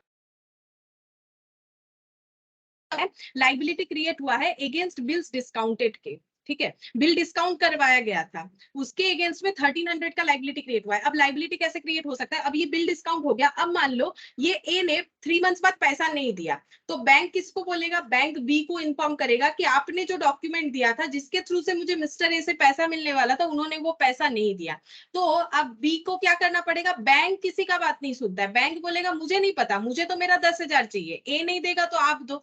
अब नहीं देगा तो बैंक इस पे केस करेगा, तो बी को क्या करना पड़ेगा, बैंक को 10,000 देना पड़ेगा, तो बी का तो लॉस हुआ। एक तो 1,000 का उसका लॉस हुआ ही था, पहले उसको पैसे का जरूरत हो गया था, इसीलिए उसने बैंक से बोला कि आप ये बिल रख लो और मुझे थोड़ा कम बेसी करके मुझे पैसा दे दो, आप ए से कलेक्ट कर लेना। लेकिन इन द मीन टाइम अगर ए डिसऑनर करता है बिल को, ठीक है, मतलब जो बोला था, जो यहाँ पर लिखा था कि हम 3 मंथ्स बाद दे देंगे, नहीं दे पाता है, रीजन कुछ भी हो, तो वो पैसा बी को बैंक को देना पड़ेगा और बैंक के साथ ये जो है क्लोज कर देना पड़ेगा जो भी ट्रांजैक्शन था। अब बी क्या करेगा, बी फिर उसको ए से मांगेगा। ठीक है, ए से फिर से पैसा मांगेगा, ए को फिर से अपने बुक्स में डेटर बनाएगा। ठीक है, तो ये वही वाला लाइबिलिटी है, अगर जिसको पैसा देना है वो नहीं देता है तो फिर वो हमारे लिए लॉस है, लाइबिलिटी बनेगा। ठीक है, तो हमें बैंक को देना पड़ेगा ना, तो लाइबिलिटी बनेगा। तो यही बोल रहा है ये liability of 1,300 be created against bill discounted, मतलब ये भी इनको लग रहा है कि बिल्स डिस्काउंटेड के अगेंस्ट में हमें 1,300 का लाइबिलिटी क्रिएट करना पड़ेगा। बिल्डिंग भी रिवैल्यूड 40,000, मतलब ये लॉस है, बेसिकली ये लॉस है। ठीक है, रिवैल्यूएशन में जाएगा, ये लॉस हो जाएगा, रिवैल्यूएशन को डेबिट करेगा। बिल्डिंग भी रिवैल्यूड 40,000, अब बिल्डिंग 25 से 40 हो रहा है तो बढ़ रहा है value. Values of liabilities and asset other than cash are not to be altered, ठीक है, are not to be altered, point आ गया, दैट इज मेमो रिवैल्यूएशन, मतलब मेमोरेंडम रिवैल्यूएशन। ये हम लोगों ने जब ये क्या बोलते हैं एडमिशन ऑफ पार्टनरशिप स्टार्ट किया था, तो सेकंड नंबर ऑफ क्वेश्चन में हम लोगों ने ये वाला देखा था कि मेमो रिवैल्यूएशन और रिवैल्यूएशन में फर्क क्या होता है। अगर क्वेश्चन में हमें कहीं पर भी ऐसा बता दे कि रिवैल्यूएशन तो हो रहा है, फिर बोल रहा है कि एसेट और लाइबिलिटीज के वैल्यू को अनऑल्टर्ड रखना है या नॉट टू बी ऑल्टर्ड रखना है या सेम रखना है, जो भी बोलेगा, तो यहाँ पर हमें मेमो रिवैल्यूएशन करना पड़ेगा। और मेमो रिवैल्यूएशन हम लोगों ने सीखा था कैसे होता है मेमो रिवैल्यूएशन। नॉर्मली रिवैल्यूएशन जैसे होता है वैसे करेंगे और फिर दोबारा से रिवैल्यूएशन करेंगे, दो बार रिवैल्यूएशन होता है। अच्छा, करने क्या बोला है, give the necessary entries to give effect above agreement. अच्छा, जर्नल एंट्री है, prepare revaluation account and opening balance sheet of the firm as newly constituted, ठीक है। तो रिवैल्यूएशन अकाउंट, जर्नल एंट्री, और हम लोगों को बोला है कि बैलेंस शीट बना के दिखाओ। कैपिटल अकाउंट बनाने के लिए नहीं बोला है, लेकिन बैलेंस शीट बनाएंगे तो कैपिटल एटलीस्ट रफली तो बनाना ही पड़ेगा, नहीं तो हम लोग कैसे कैलकुलेट कर पाएंगे। तो सबसे पहले हम लोग स्टार्ट करते हैं जर्नल एंट्री करना। तो जर्नल एंट्री में सबसे पहला एंट्री ट्रांजैक्शन के हिसाब से डी ने 6000 गुडविल के लिए लाया, 10,000 कैपिटल के लिए लाया, तो ये लिखेंगे बैंक अकाउंट डेबिट। अच्छा, इनका ना कैश लेजर है, तो हम लोग कैश लिख लेते हैं, इनका कैश लेजर है, मतलब बैलेंस शीट में कैश है ना। अब जो भी पैसा आएगा वो तो इसके साथ ऐड होगा, अगर हम लिखेंगे बैंक और कैश में ऐड करेंगे तब वो गलत हो जाता है ना। तो हम लोग एक काम करते हैं, कैश अकाउंट लिखते हैं ताकि उसमें ऐड हो जाए। Cash account debit to D's capital 10,000 being cash for capital brought in। अच्छा, फिर से और एक कैश आएगा टू, वो भी डी के कैपिटल में जाएगा 6,000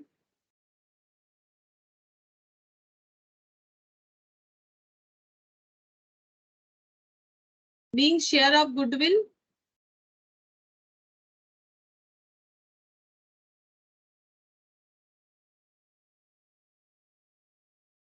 being share of goodwill paid, ठीक है।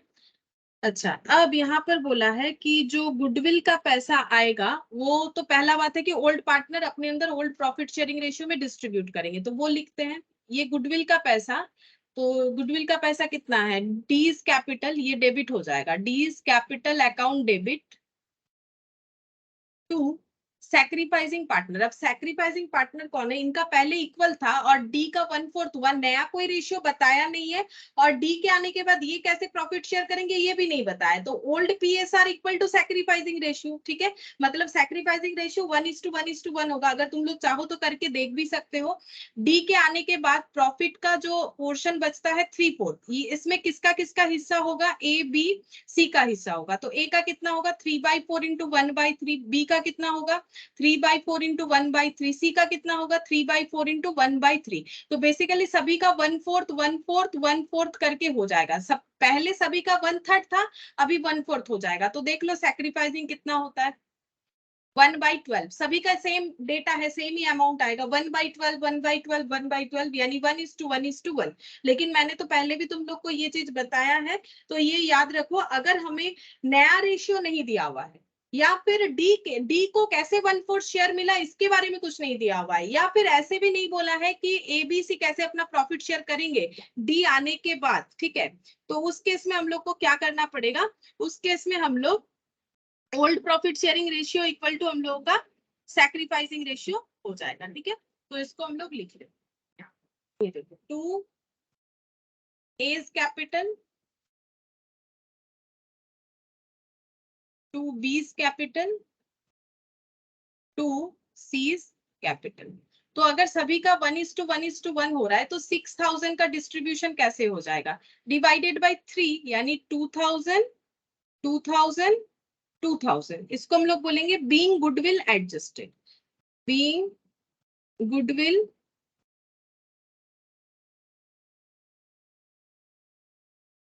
क्रेडिटेड टू, ऐसे लिख दो, credited to old partner in sacrificing ratio, old partner तक ही लिखते हैं, ठीक है। अच्छा, अब ये यहाँ पर ही कंप्लीट नहीं होता है। क्यों नहीं होता है? क्योंकि यहाँ पर जो गुडविल का पैसा आया है, ये वाला जो गुडविल का अमाउंट आया है, ये बोल रहा है 1/2 of the goodwill shall be withdrawn by old partner. Old partner अपना अपना शेयर का 1/2 जो है विथड्रॉल करेंगे, तो इनके अकाउंट से उतना पैसा जो है कम हो जाएगा। तो ए के पास गुडविल का 2000 आया, अगर वो आधा ड्रॉ कर लेता है तो 1000 ड्रॉ हो जाएगा। तो A's capital account debit, यहाँ पर हो गया 1000। B's capital account debit 1000। C's capital account debit 1000। अब क्रेडिट किसको करेंगे? देखो, ये पैसा कैश में आया था 6000 और ये पैसा इनके अकाउंट में चला गया, तो इनके अकाउंट का वैल्यू बढ़ गया, क्रेडिट हो गया। अब अगर ये अपने अपने अकाउंट से पैसा निकाल रहे हैं, तो A capital account debit to cash होगा, कैश में विथड्रॉन, तो B capital to cash, C capital to cash, तो टोटल कैश निकल जाता है 3000। ठीक है, इसको गलती से टू डी कैपिटल मत कर दो, ऐसा नहीं है, तो फिर गलत हो जाएगा, उसके कैपिटल में क्रेडिट हो जाएगा। लॉजिकली सोचना पड़ेगा कि कैश में 6000 लाया, वो पैसा इनके अकाउंट में ऐड हो गया, फिर इन्होंने अपने अकाउंट से वो पैसा निकाल लिया आधा आधा, ठीक है, तो सभी का आधा आधा निकल गया, तो टोटल आधा 3000 निकल जाता है। तो यहाँ पर लिखेंगे being half of goodwill withdrawn, आधा गुडविल का पैसा विथड्रॉन हो गया, ठीक है। अच्छा, अब हमें यहाँ पर मेमोरेंडम रिवैल्यूएशन बोला है, इसका एंट्री करना पड़ेगा, तो यहाँ पर करते हैं 4th नंबर। हम लोग एक काम करेंगे, पहले मेमो रिवैल्यूएशन बना लेते हैं, उसके बाद करेंगे, क्योंकि यहाँ पर ना हम लोग इंडिविजुअली एसेट के साथ करेंगे तो काफी टाइम लगेगा। तो पहले एक काम करेंगे, हम लोग मेमोरेंडम रिवैल्यूएशन अकाउंट बना लेंगे और उसका जो नेट एंट्री होगा वो लिखेंगे, मतलब हम समझाते हैं नेट एंट्री क्या होगा, या फिर चाहो तो तुम लोग दूसरे तरीके से भी कर सकते हो, हम दोनों तरीके से बता देते हैं। तो यहाँ पर हम थोड़ा सा जो है जगह रखते हैं, ठीक है। तो पहले हम बना लेते हैं मेमोरेंडम रिवैल्यूएशन अकाउंट।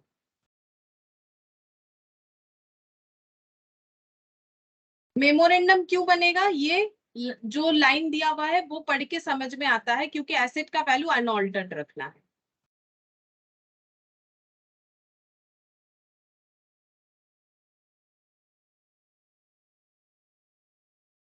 तो यहाँ पर दिया है स्टॉक एंड फर्नीचर को डेप्रिशिएट करना है, तो to stock to furniture.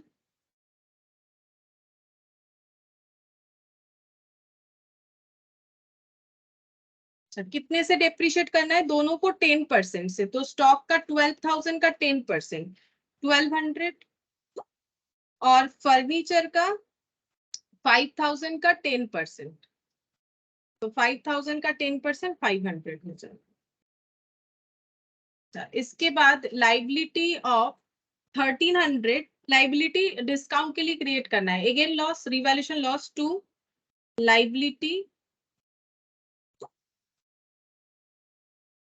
For bills discounted 1300, ठीक है। अच्छा, फिर यहाँ पर बिल्डिंग को वैल्यू करना है 40,000 से, बिल्डिंग था 25,000, तो वैल्यू बढ़ेगा बाय बिल्डिंग। 25 से 40 मतलब 25,000 बढ़ रहा है, नहीं 15,000, 25 तो 50 हो जाएगा, 15,000 से बढ़ रहा है। 40,000 माइनस, हाँ 40 माइनस 25, ठीक है, 15 ही होगा। बिल्डिंग का वैल्यू इतना हो गया, बस और कुछ नहीं दिया है। अब हम लोग चेक करेंगे प्रॉफिट होगा कि लॉस, तो हाँ पहले तो प्रॉफिट ही हो रहा है, क्योंकि 15,000 यहाँ पर आ रहा है बिल्डिंग का वैल्यू। यहाँ पर लिखेंगे to profit on revaluation transfer to partners capital, और पार्टनर लोगों का नाम क्या क्या है? एबीसी, जो ओल्ड पार्टनर है ओल्ड पार्टनर में जाएगा एबीसी, ठीक है। 15,000, इसको थोड़ा सा और भी नीचे 15,000, यहाँ पर भी लिखेंगे 15,000। 15,000 से यहाँ पर लेस हो जाएगा, 1000 1000 2000 2000 और ये 500 मतलब 3000 हो रहा है, ठीक है। 3000 लेस होने से यहाँ पर हो जाता है 12,000। अच्छा, इनका इक्वल रेशियो था तो सबका कितना कितना अमाउंट आ जाएगा, 4000 4000 4000। क्योंकि मेमोरेंडम रिवैल्यूएशन बोला है तो ये फिर से हम लोग इसे ऑपोजिटली ब्रॉट डाउन कर देंगे, ताकि मतलब ब्रॉट डाउन ही मान लो, ऐसे कर दो, मतलब कैंसिल आउट हो जाएगा, ठीक है। तो by stock, by furniture, by furniture, by liability for bills discounted.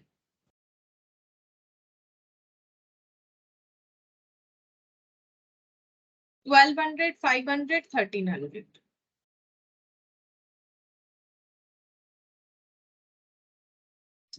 इसके बाद इधर बिल्डिंग आएगा, टू बिल्डिंग, 15,000 आया था।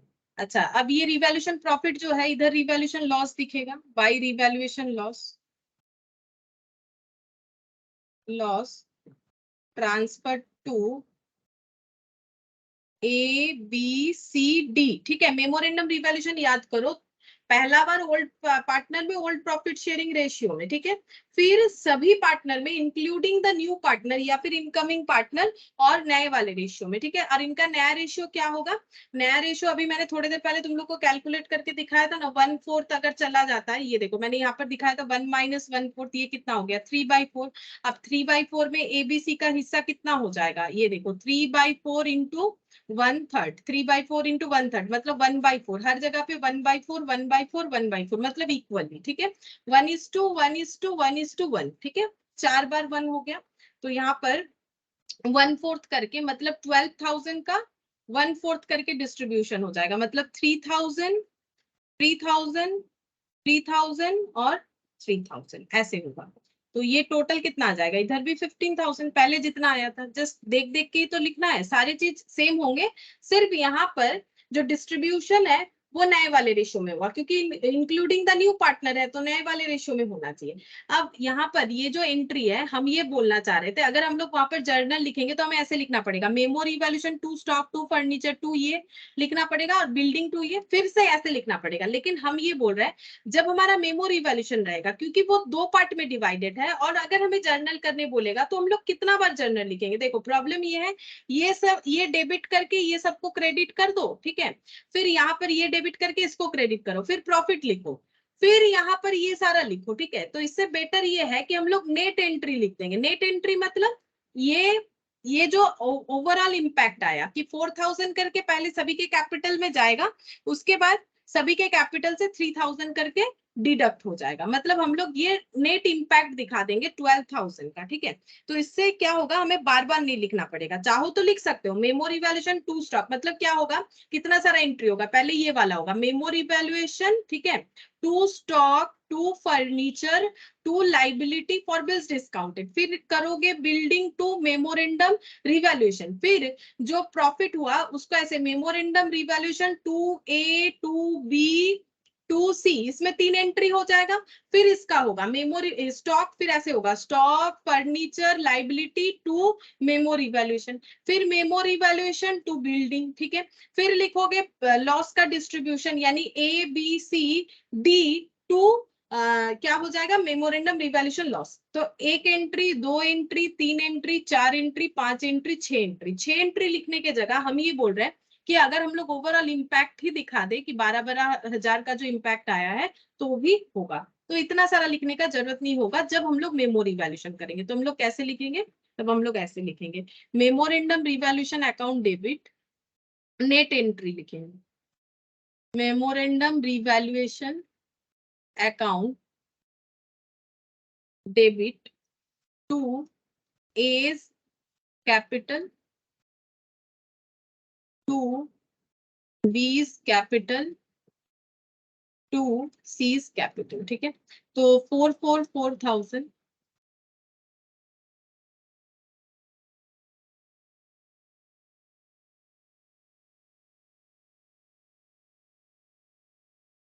being profit on revaluation credited, ठीक है। और इसमें कोई गलत भी नहीं होगा क्योंकि हम लोग लिख रहे हैं यहाँ पर मेमो रिवैल्यूएशन हुआ है, तो एक बार प्रॉफिट डिस्ट्रीब्यूट हुआ है तो अब नेक्स्ट टाइम लॉस डिस्ट्रीब्यूट होगा, तो उसके लिए ऐसे लिखेंगे ए कैपिटल अकाउंट डेबिट,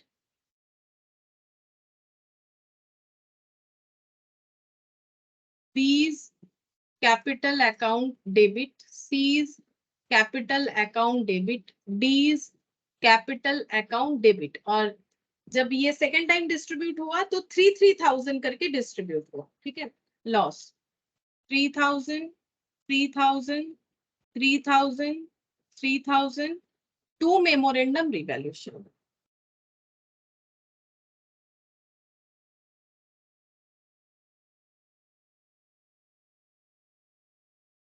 12,000। यहाँ पर लिखेंगे बी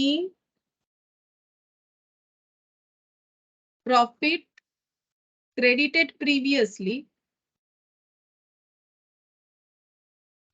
क्रेडिट किया था हम लोगों ने to old partner,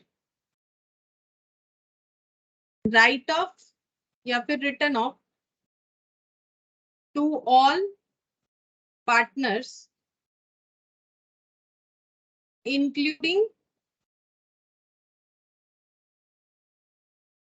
D in new PSI, ठीक है। ये क्या, ये थोड़ा सा जो नरेशन है उसको अगर हम लोग ये एक्सप्लेन कर देते हैं तो समझ में आ जाता है कि ये मेमोरेंडम रिवैल्यूएशन हुआ है, नहीं तो बहुत बार हमें एंट्री लिखना पड़ेगा और इसमें काफी टाइम जाएगा, ठीक है। तो ऐसा कभी नहीं करना है क्योंकि अभी मैंने दिखाया शॉर्टकट में लिख के कितने बार एंट्री लिखना पड़ रहा है, वैसे भी इसमें देखो कितना टाइम लग रहा है, तो ये दो एंट्री तो वैसे भी आने वाला था और उसके साथ ये सारा चीज लिखना पड़ता, ठीक है। तो इसके बदले हम लोग इतना सा लिखेंगे तो भी हमारा काम होगा। अच्छा, अब हम लोगों ने मेमोरेंडम रिवैल्यूएशन तो बना लिया है, नेक्स्ट हमें बैलेंस शीट बनाने के लिए बोला है क्वेश्चन के रिक्वायरमेंट के हिसाब से। लेकिन अगर हम लोग पार्टनर्स कैपिटल नहीं बनाएंगे तो बैलेंस शीट बनने में थोड़ा सा प्रॉब्लम हो सकता है, ठीक है। देख लेते हैं कि बैलेंस शीट बन जाएगा कि बिना कैपिटल बनाए, चेक करते हैं। बैलेंस शीट अगर बन जाएगा बिना कैपिटल बनाए एंट्रीज को ऐड करके तो हम लोग कर सकते हैं। Balance sheet as on 1st of Jan 2020 after D's admission।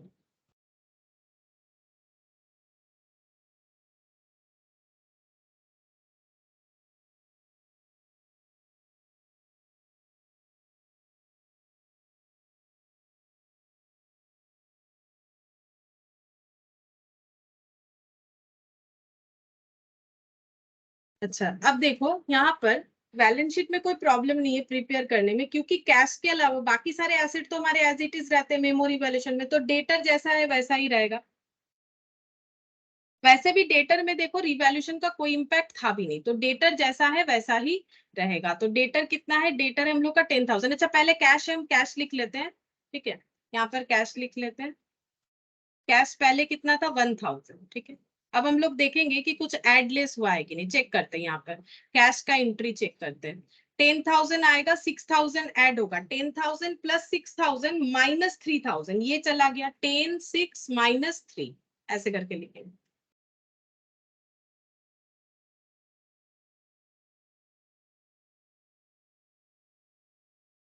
मतलब 14,000, ठीक है, 14,000। कैश के बाद यहाँ पर डेटर, डेटर में कुछ भी नहीं बताया था तो डेटर जैसा है ये ऐसा ही रह जाएगा। अच्छा, इसके बाद है स्टॉक,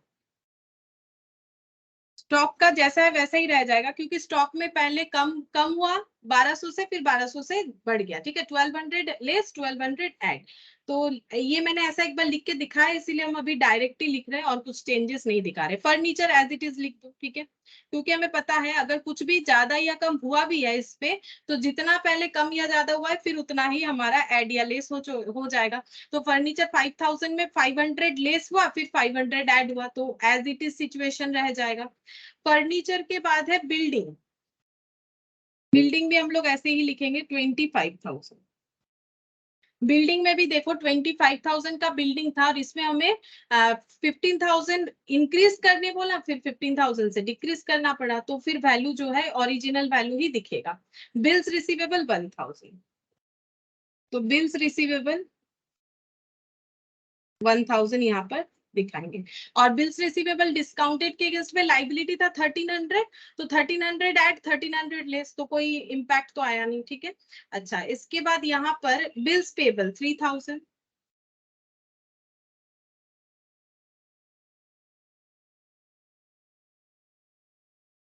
क्रेडिटर 6000, ये सब में तो वैसे भी कोई रिवैल्यूएशंस का इम्पैक्ट था ही नहीं। कैपिटल, अब कैपिटल अकाउंट आ जाएगा, ए बी सी डी।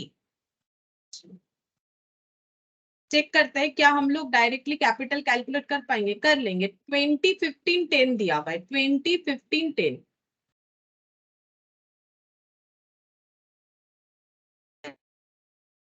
अच्छा, अब हम लोग एंट्रीज देखते हैं। देखो, बिना कैपिटल अकाउंट बनाए भी कर सकते हैं। कैश टू डीज कैपिटल, तो डी कैपिटल में 10,000 प्लस 6,000, फिर से कैश टू डीज कैपिटल, ठीक है। तो हम लोग डीज कैपिटल में 10,000 प्लस 6,000 लिखेंगे। ऐसे करेंगे तो हम लोग इजीली समझ जाएंगे कि बिना कैपिटल अकाउंट बनाए भी कर सकते हैं। हो गया। डी के कैपिटल में 10,000 6,000 क्रेडिट हुआ है, तो कैपिटल आया है, मतलब पैसा आया है। फिर यहाँ पर जीज कैपिटल टू बीस कैपिटल, ठीक है। तो इसका मतलब जो जी है, जी नहीं होगा, ये डी होगा ना, डी होगा। D's capital to B's capital, तो ये हम लोगों का, हाँ ठीक है, डी डी होगा नाम, मैंने जी लिख दिया बाई चांस, ठीक है। तो डी के कैपिटल से हम लोगों का 50,000 लेस हो जाएगा, बी के कैपिटल में 50,000 ऐड हो जाएगा।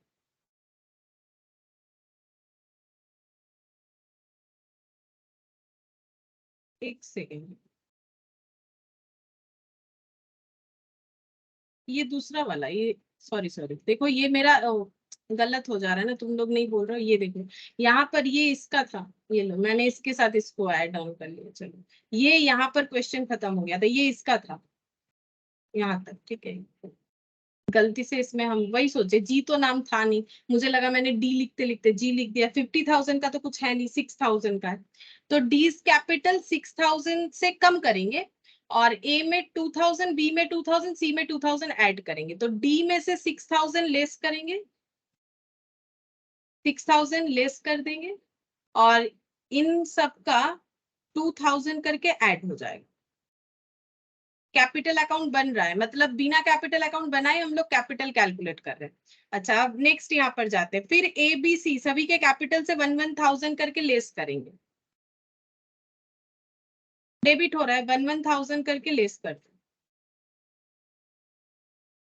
ए बी सी तीनों का लेस कर दिया मैंने, ए बी सी तीनों का लेस कर दिया। अच्छा, फिर यहाँ पर 4,000 करके ऐड, 3,000 करके लेस, ठीक है। पहले 4,000 करके सबका ऐड हो जाएगा।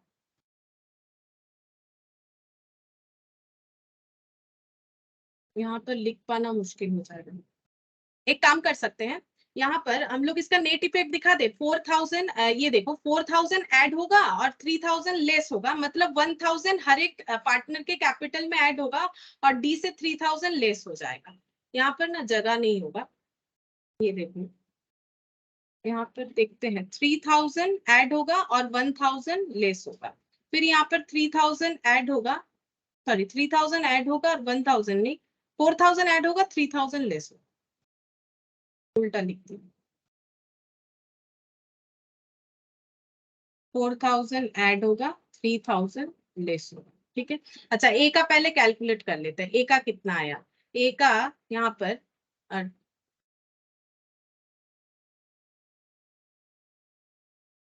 2,000,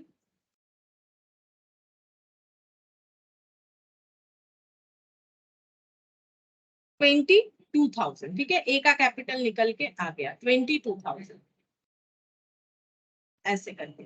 बी का भी 4,000 ऐड और 3,000 लेस, ठीक है। तो यहाँ पर 15,000,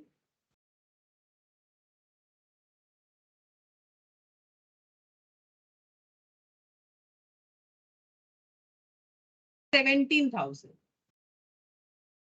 और सी का भी सेम, 4,000 ऐड 3,000 लेस।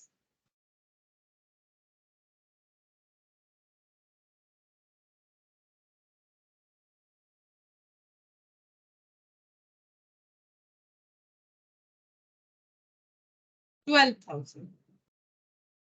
और ये यहाँ पर रिवैल्यूएशन 4,000 तो नहीं आ रहा है, 3,000 जो है लेस हो रहा है।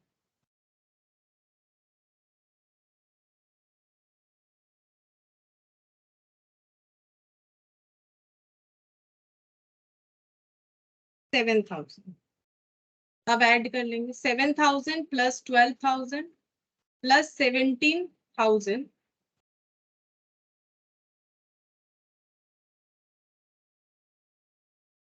3,000 67, हाँ 67 आ रहा है, ठीक है।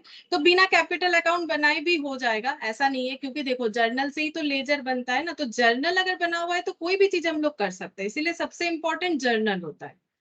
14,000, 10,000, 12 और 5,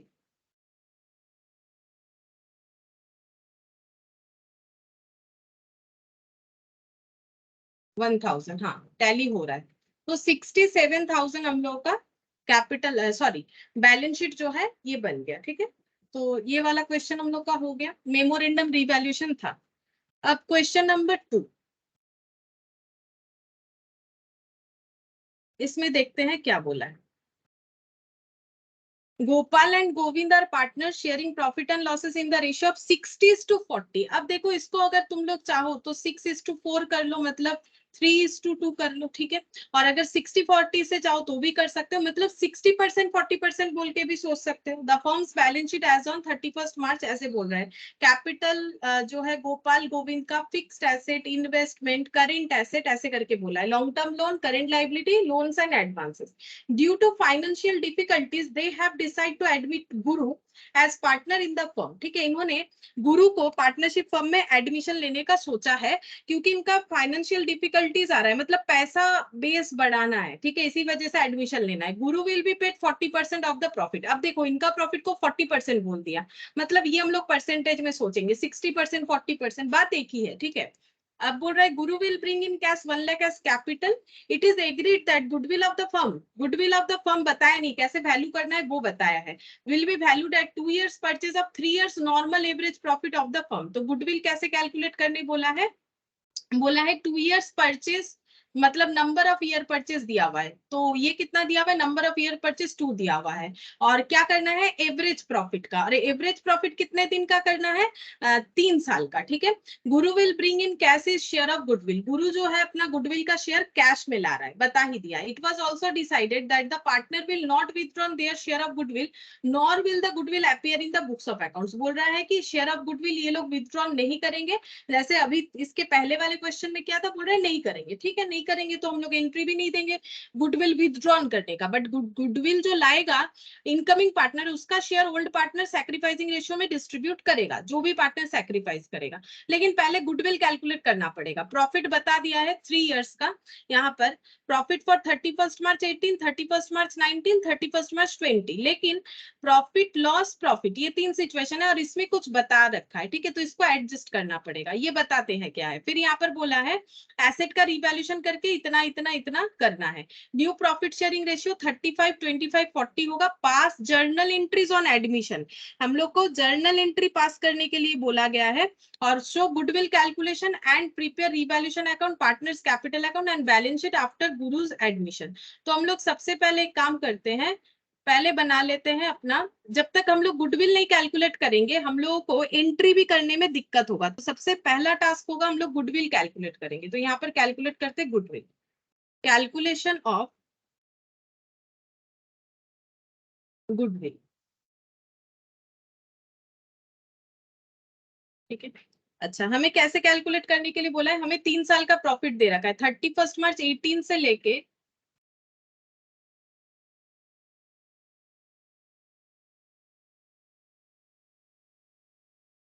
31 मार्च 20 तक, ठीक है। प्रॉफिट और लॉस, क्योंकि लॉस भी है क्वेश्चन में तो हम प्रॉफिट और लॉस बोल के लिख रहे हैं। 20 80 1,05,000 पहले लिख लेते हैं, ठीक है, फिर हम बताते हैं क्या क्या क्या हमें एडजस्टमेंट करना पड़ेगा।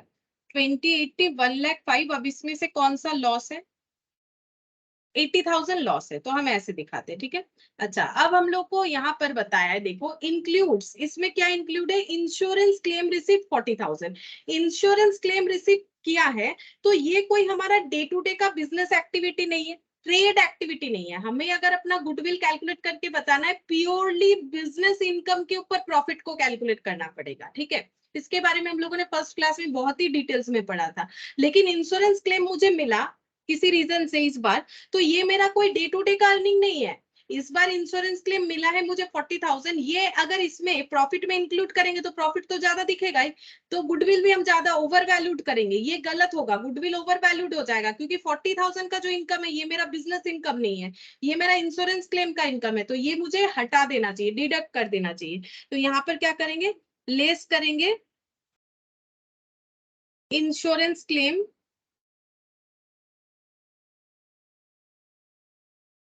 Insurance claim 40,000, insurance claim receipt 40,000 less करते हैं।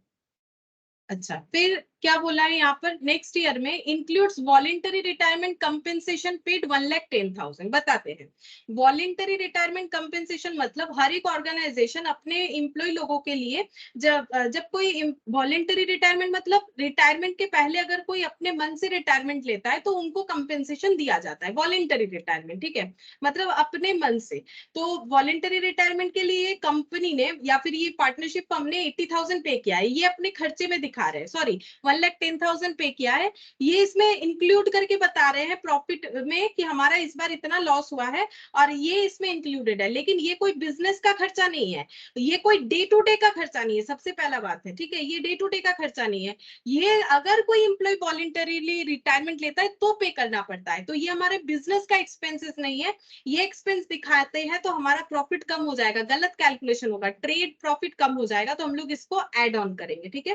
तो यहाँ पर ऐड कर देते हैं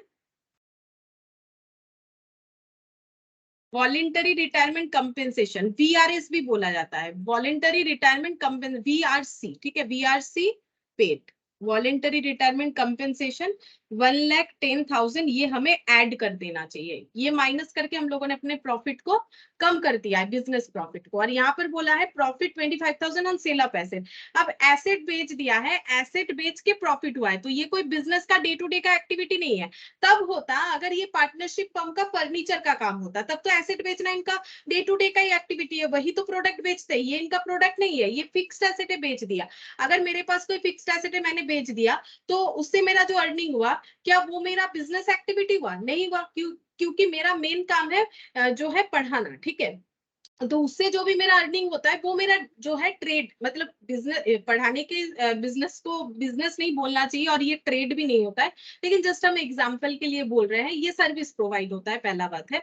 तो यहाँ पर हम ये बोलना चाह रहे हैं, जैसे मान लो मैंने कोई शेयर में पैसा लगाया, उससे अर्निंग किया, तो वो मेरा इनडायरेक्ट इनकम है, वो मेरा डे टू डे का इनकम नहीं है, लेकिन मेरा डे टू डे का इनकम है मेरा फीस, ठीक है, तो उससे मेरा जो इनकम होता है पढ़ा के, ठीक है, वो मेरा डे टू डे का इनकम है, क्योंकि यही काम हम फुल टाइम करते हैं। तो ये जो है एसेट बिक गया, तो एसेट बिक गया, तो इससे जो हमारा प्रॉफिट हुआ ये हमारा बिजनेस का प्रॉफिट नहीं है, तो यहाँ पर लेस करना पड़ेगा, सेल ऑफ एसेट, ये ऐड करके हम लोग अपने प्रॉफिट को एक्स्ट्रा दिखा रहे हैं, तो 25,000 हमें लेस करना पड़ेगा, यहाँ पर लेस हो जाएगा, थर्ड ईयर यहाँ पर लिखा हुआ है। तो अभी हम लोग कैलकुलेट करेंगे रेक्टिफाइड प्रॉफिट या फिर एडजस्टेड प्रॉफिट, ठीक है, एडजस्टेड प्रॉफिट भी बोल सकते हो। तो रेक्टिफाइड प्रॉफिट कितना हो जाएगा, 20,000 से 40,000 लेस हो गया, मतलब -20,000।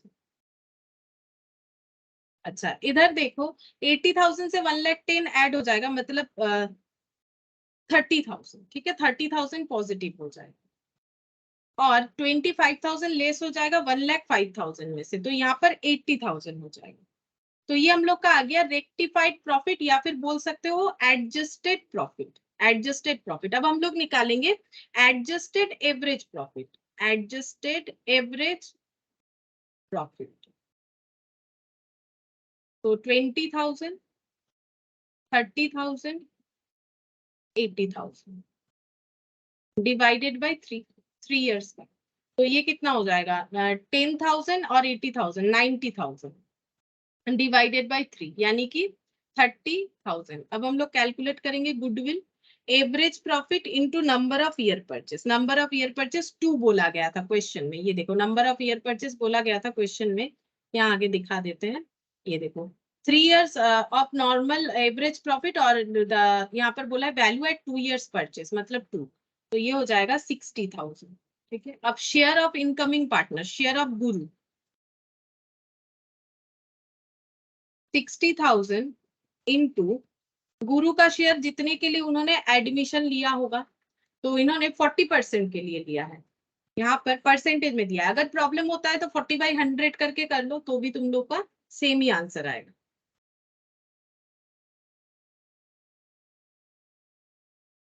60,000 इंटू 40%, मतलब 24 होगा तो, हाँ 24,000। हम ये कहना चाह रहे हैं अगर अचानक से परसेंटेज में दिक्कत होता है तो ऐसे करके इसे सिंप्लीफाई कर लो, 2/5 हो जाएगा, 2/5 शेयर के लिए आ रहा है। ठीक है, लेकिन परसेंटेज से ना और भी आसानी से हो जाएगा। अच्छा, अब ये 24,000 जो है ये बाकी ओल्ड पार्टनर अपने अंदर सैक्रिफाइसिंग रेशियो में डिस्ट्रीब्यूट करेंगे। ठीक है, तो सैक्रिफाइसिंग रेशियो क्या होगा, इनका न्यू रेशियो बता दिया है, न्यू रेशियो बताया है तो हमें सैक्रिफाइसिंग रेशियो कैलकुलेट करना पड़ेगा। 35, 25, 40। ठीक है, तो हम लोग ऐसे करके कैलकुलेट कर सकते हैं। यहाँ पर गोपाल, गोविंद और गुरु। ठीक है, तो पहले इनका रेशियोज जो था वो कुछ ऐसा था, इस रेशियो को भी हम परसेंटेज में लिख लेते तो कोई प्रॉब्लम नहीं है, 60% 40% लिख लेते हैं। ठीक है, 60% 40%, आसानी से क्वेश्चन सॉल्व हो जाएगा। क्योंकि देखो 60% 40% मतलब 60/100 और 40/100। ठीक है, ये 60% 40%, इसका अगर रेशियो करोगे तो 60:40 हो जाता है। ठीक है, अच्छा अब यहाँ पर जो रेशियो दिया है इसको भी हम परसेंटेज में डिफाइन कर लेंगे। यहाँ पर देखो रेशियो दिया है 35, 25, 40, तो 35, 25 और 40, इसका भी टोटल करोगे तो आ जाता है हम लोग का 100%, तो ये भी परसेंटेज लगा दो। ठीक है, तो यहाँ पर हम लोग सैक्रिफाइस, ये ओल्ड ये न्यू, ठीक है, हम लोग यहाँ पर भी सैक्रिफाइस या गेन चेक कर सकते हैं इस तरह से, बहुत ही आसानी से होगा। देखो 60% पहले था और 35% अभी हो रहा है, तो जितना डिफरेंस आ रहा है वही सैक्रिफाइस। 40 - 25, जितना डिफरेंस आ रहा है वही सैक्रिफाइस, तो 60 - 35, 25% सैक्रिफाइस। 40 - 25, 15% सैक्रिफाइस। ठीक है, ये हो जाएगा, ये सैक्रिफाइस है। और ये 25 और 15 ही देखो इनको मिल रहा है, टोटल करके देख लो 40% आ रहा है। ठीक है, अब ये 24,000 जो है ये अपने अंदर इस तरह से डिस्ट्रीब्यूट करेंगे, 25% और 15% करके गोपाल और गोविंद। तो 24,000 का 25%, 6,000, 15%, 3,600। ठीक है, इतना इतना इनका शेयर ऑफ प्रॉफिट जाएगा, मतलब गुडविल का शेयर जाएगा 6,000 और, एक मिनट गलत कैलकुलेट किया मैंने, 24,000 इंटू 25%, 6,000 ही तो आ रहा है। रेशियोज ऐसे डायरेक्टली नहीं कर पाएंगे, 25 और 15%, तो ये कितना होता है 25 और 15,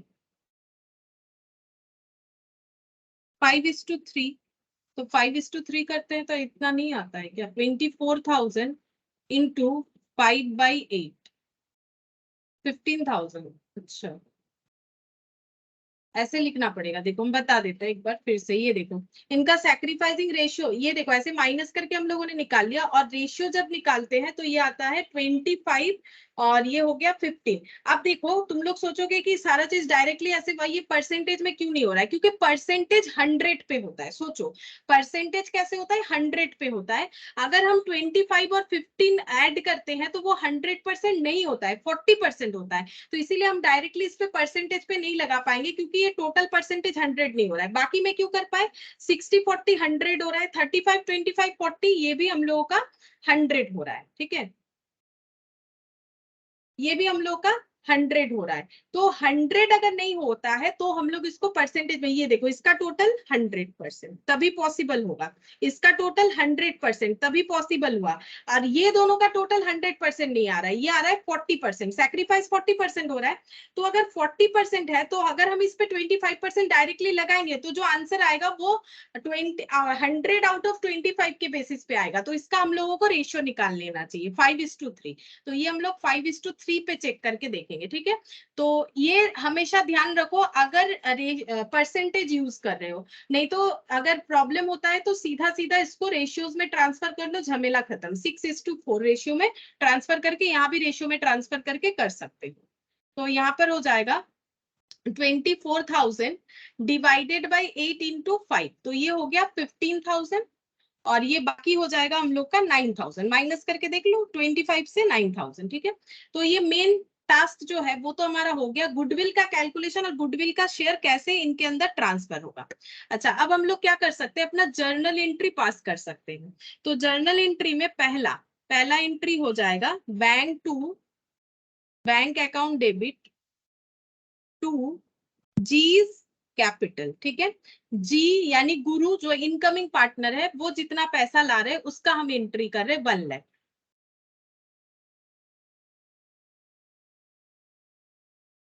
ठीक है। इसका हम ऐसा कोई एंट्री मतलब इसका जर्नल एंट्री नहीं लिख रहे। फिर इन्होंने शेयर ऑफ गुडविल लाया, तो bank account debit to G's capital, ठीक है, 2 बार लिखा है। तो ये फॉर कैपिटल और ये फॉर गुडविल। गुडविल के लिए कितना लाना पड़ेगा इनको, 24,000।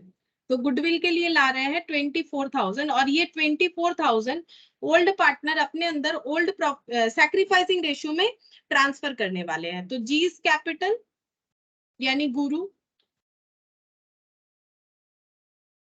टू गोपाल्स टू गोविंद,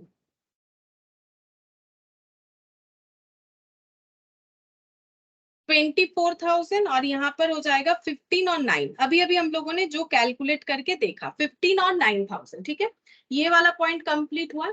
इसके बाद यहाँ पर एसेट का रिवैल्यूएशन करने के लिए बोला है, तो उसका एंट्री करते हैं। 4th नंबर पॉइंट पे देखते हैं क्या क्या इंक्रीज डिक्रीज हुआ है। फिक्स्ड एसेट को 4 लाख दिखाना है, तो फिक्स्ड एसेट कितना था, फिक्स्ड एसेट था 3 लाख, 4 लाख मतलब 1 लाख से इंक्रीज करना है। तो fixed asset account debit to revaluation 1 lakh.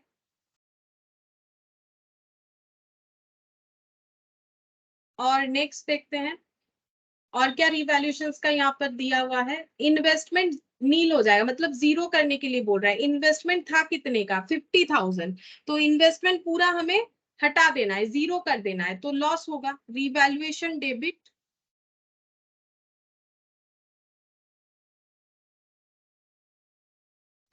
To investment, investment का वैल्यू पूरा कम कर देना है, 50,000 का 50,000, तभी जीरो होगा। 50,000 से 50,000 लेस होगा तभी जीरो होगा।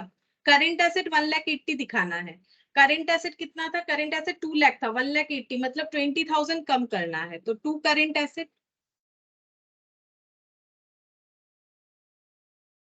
और ये दोनों मिला के हो जाता है 70,000। Revaluation profit, revaluation loss due to asset increase and decrease. Loan advances 1 lakh हो जाएगा, लोन एडवांसेस जबकि था 1 लाख। अच्छा, इसमें तो कोई चेंजेस नहीं है। लोन एंड एडवांसेस ये देखो कैसे दे रखा है, लोन एडवांसेस बोल रहा है 1 लाख, और जो था 1 लाख वो 1 लाख ही रहेगा, मतलब ये कंफ्यूज करने के लिए दे दिया है।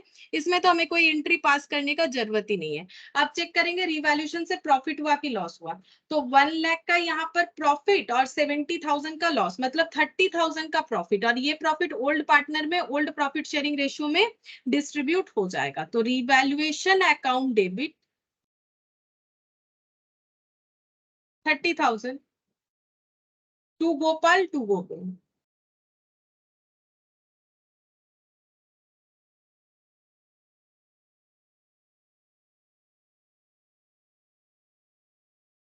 अच्छा, इनका सैक्रिफाइसिंग रेशियो हम लोगों ने यहाँ पर कैलकुलेट कर रखा है 5:3। सॉरी, सैक्रिफाइसिंग क्यों, ओल्ड प्रॉफिट शेयरिंग रेशियो में डिस्ट्रीब्यूट होगा, ये तो रिवैल्यूएशन है। रिवैल्यूएशन का इनका ओल्ड प्रॉफिट शेयरिंग रेशियो 60-40, ठीक है। ये 100 होता है, इसीलिए इसको 60% 40% करोगे तो भी आंसर आएगा। और 60% मतलब 18,000, 40% मतलब 12,000 हो गया। ये ओल्ड प्रॉफिट शेयरिंग रेशियो में डिस्ट्रीब्यूट हो गया। अच्छा, और तो मुझे नहीं दिखता है कोई एंट्री हमें करना बाकी है। यहाँ पर हमें प्रिपेयर करने और क्या बोला है, जर्नल एंट्री के अलावा एक रिवैल्यूएशन अकाउंट, पार्टनर्स कैपिटल और बैलेंस शीट, ठीक है। तो रिवैल्यूएशन अकाउंट बना लेते हैं।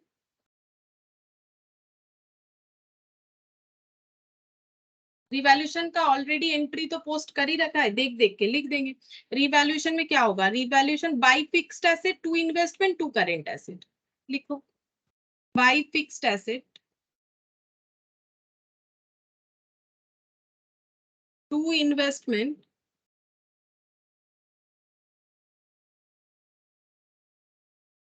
To current asset. ये 1 लाख था, और ये 50,000, और ये 20,000, ठीक है।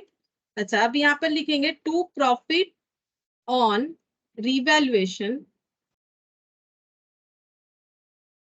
Transfer to partners capital. Partner कौन है, गोविंद और गोपाल।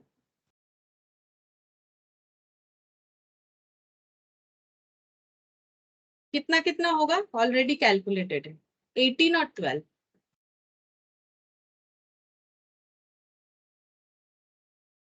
अगर चाहो तो यहाँ लिख के बाद में आउटर में भी टोटल कर सकते हो, एक ही बात है। 1 लाख, इसको और चेक करने का जरूरत नहीं, क्योंकि हम लोगों ने अभी अभी तो एंट्री किया ना, तो एंट्री में तो सही किया हम लोगों ने, तो यहाँ पर हो जाता है हम लोगों का 1 लाख। बन गया रिवैल्यूएशन अकाउंट, ठीक है।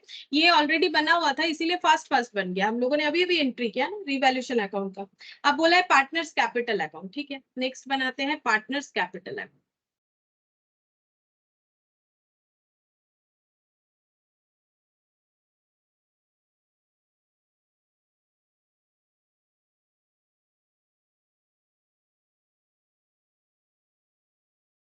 गोपाल, गोविंद और गुरु।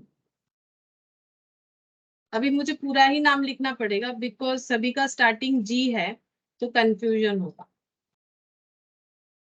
By balance BD. कैपिटल देखते हैं तीनों का, मतलब दो का, ठीक है। 1,20,000 और 80,000।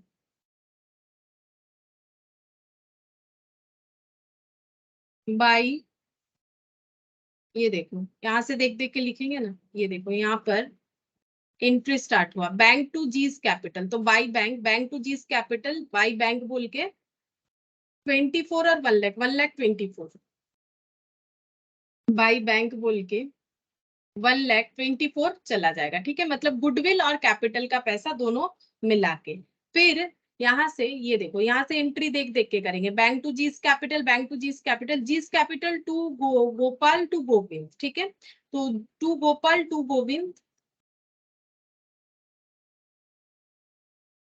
टू गोविंद बाई गुरु, ठीक है। ये कौन सी चीज का बात हो रहा है, शेयर, जो मतलब गुडविल का शेयर है। तो 24, 15 और 9,000 है, ठीक है। 15 और 9,000, तो गोपाल के पास आएगा गुरु से 15,000, और गोविंद के पास आएगा गुरु से 9,000। और बाई गुरु बोल के गुरु को, गोपाल को देना पड़ेगा 15,000, और गोविंद को देना पड़ेगा 9,000, हो गया। अच्छा, नेक्स्ट एंट्री देखते हैं, ये यहाँ तक एंट्री हो गया। Fixed asset to revaluation, revaluation account में लिख दिया, revaluation to investment to current asset. अब ये profit to Gopal to Govind 18 और 12,000, मतलब by revaluation profit, by revaluation profit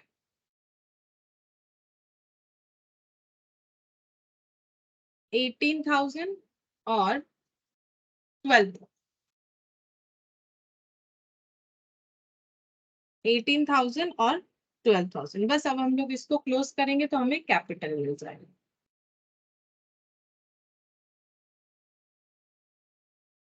देखते हैं कितना होता है, 15 प्लस 18, 15 प्लस 18 ये कितना हो गया, 33, 33,000 प्लस 1,20,000, मतलब 1,53,000, ठीक है। 1,53,000,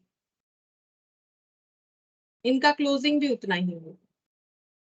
टू बैलेंस शीट 1,53,000, 80 और यहाँ पर हो गया 21, 80 प्लस 21 मतलब 1,01,000।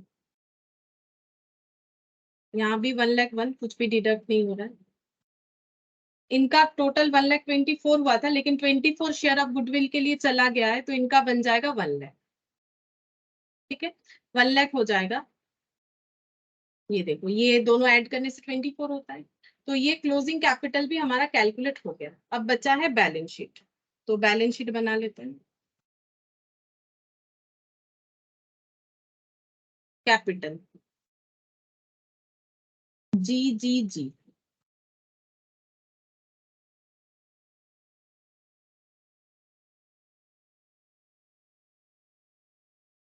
1,53,000, 1,01,000, 1,00,000। अब देखते हैं क्या क्या लिखना है। और कैपिटल साइड में लोन, लॉन्ग टर्म लोन और current liabilities. Long term loan, current liability मैंने शॉर्टकट में लिख दिया। ठीक है, long term loan 2,00,000, current liabilities 2,50,000। बस और कुछ नहीं होगा, इसका ऐड कर लेते हैं, और तो कुछ है भी नहीं। ऐड कर ले, उसके बाद एसेट साइड लिखते हैं। 1,53,000 प्लस 1,01,000 प्लस 1,00,000 और 2,00,000, 3,00,000, 3,00,000 और 2,00,000, 5,50,000, 8,04,000। अच्छा, इधर का देखिए, यहाँ पर एसेट साइड में फिक्स्ड एसेट, ये सब में चेंजेस होगा, रिवैल्यूएशन होगा। फिक्स्ड एसेट, एसेट का वैल्यू हम लोग को 1,00,000 इंक्रीज करने के लिए बोला था। ये देखो एंट्री देखने से पता चलेगा, 1,00,000 का वैल्यू इंक्रीज करने के लिए बोला है, तो जितना था उसमें 1,00,000 एड ऑन हो जाएगा, मतलब 4,00,000।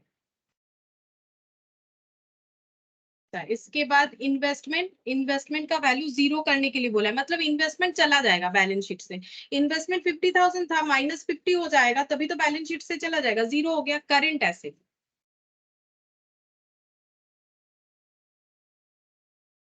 करंट एसेट यहाँ पर 2,00,000 है, और कितना होगा करंट एसेट में, कोई चेंजेस बोला था? करंट एसेट हमें 20,000 से कम कर देना है, 2,00,000 माइनस 20,000।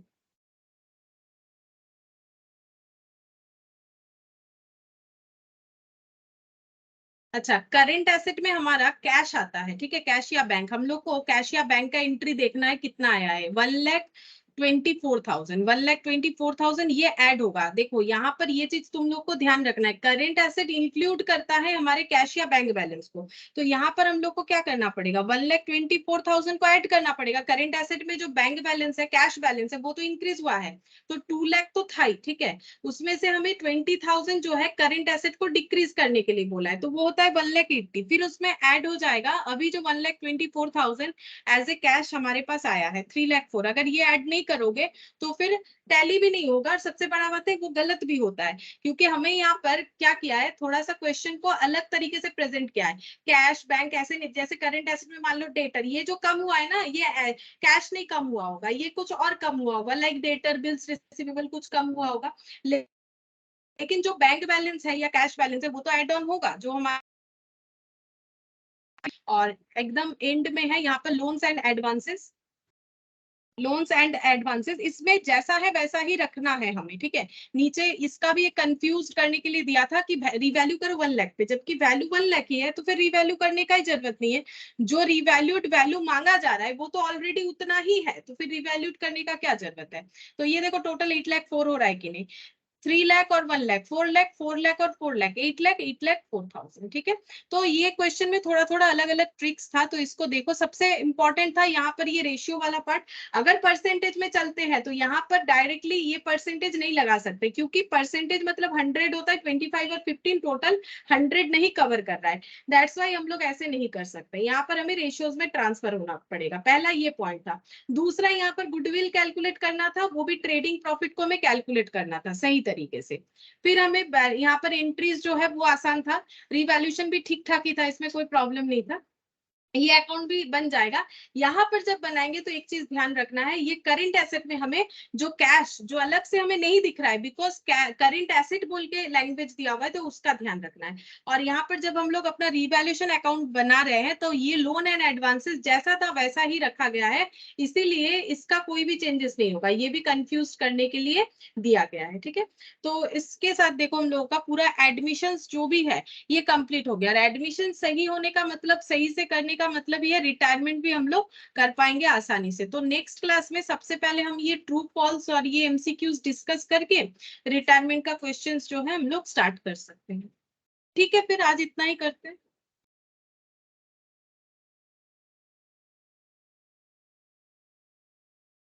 Thank you ma'am.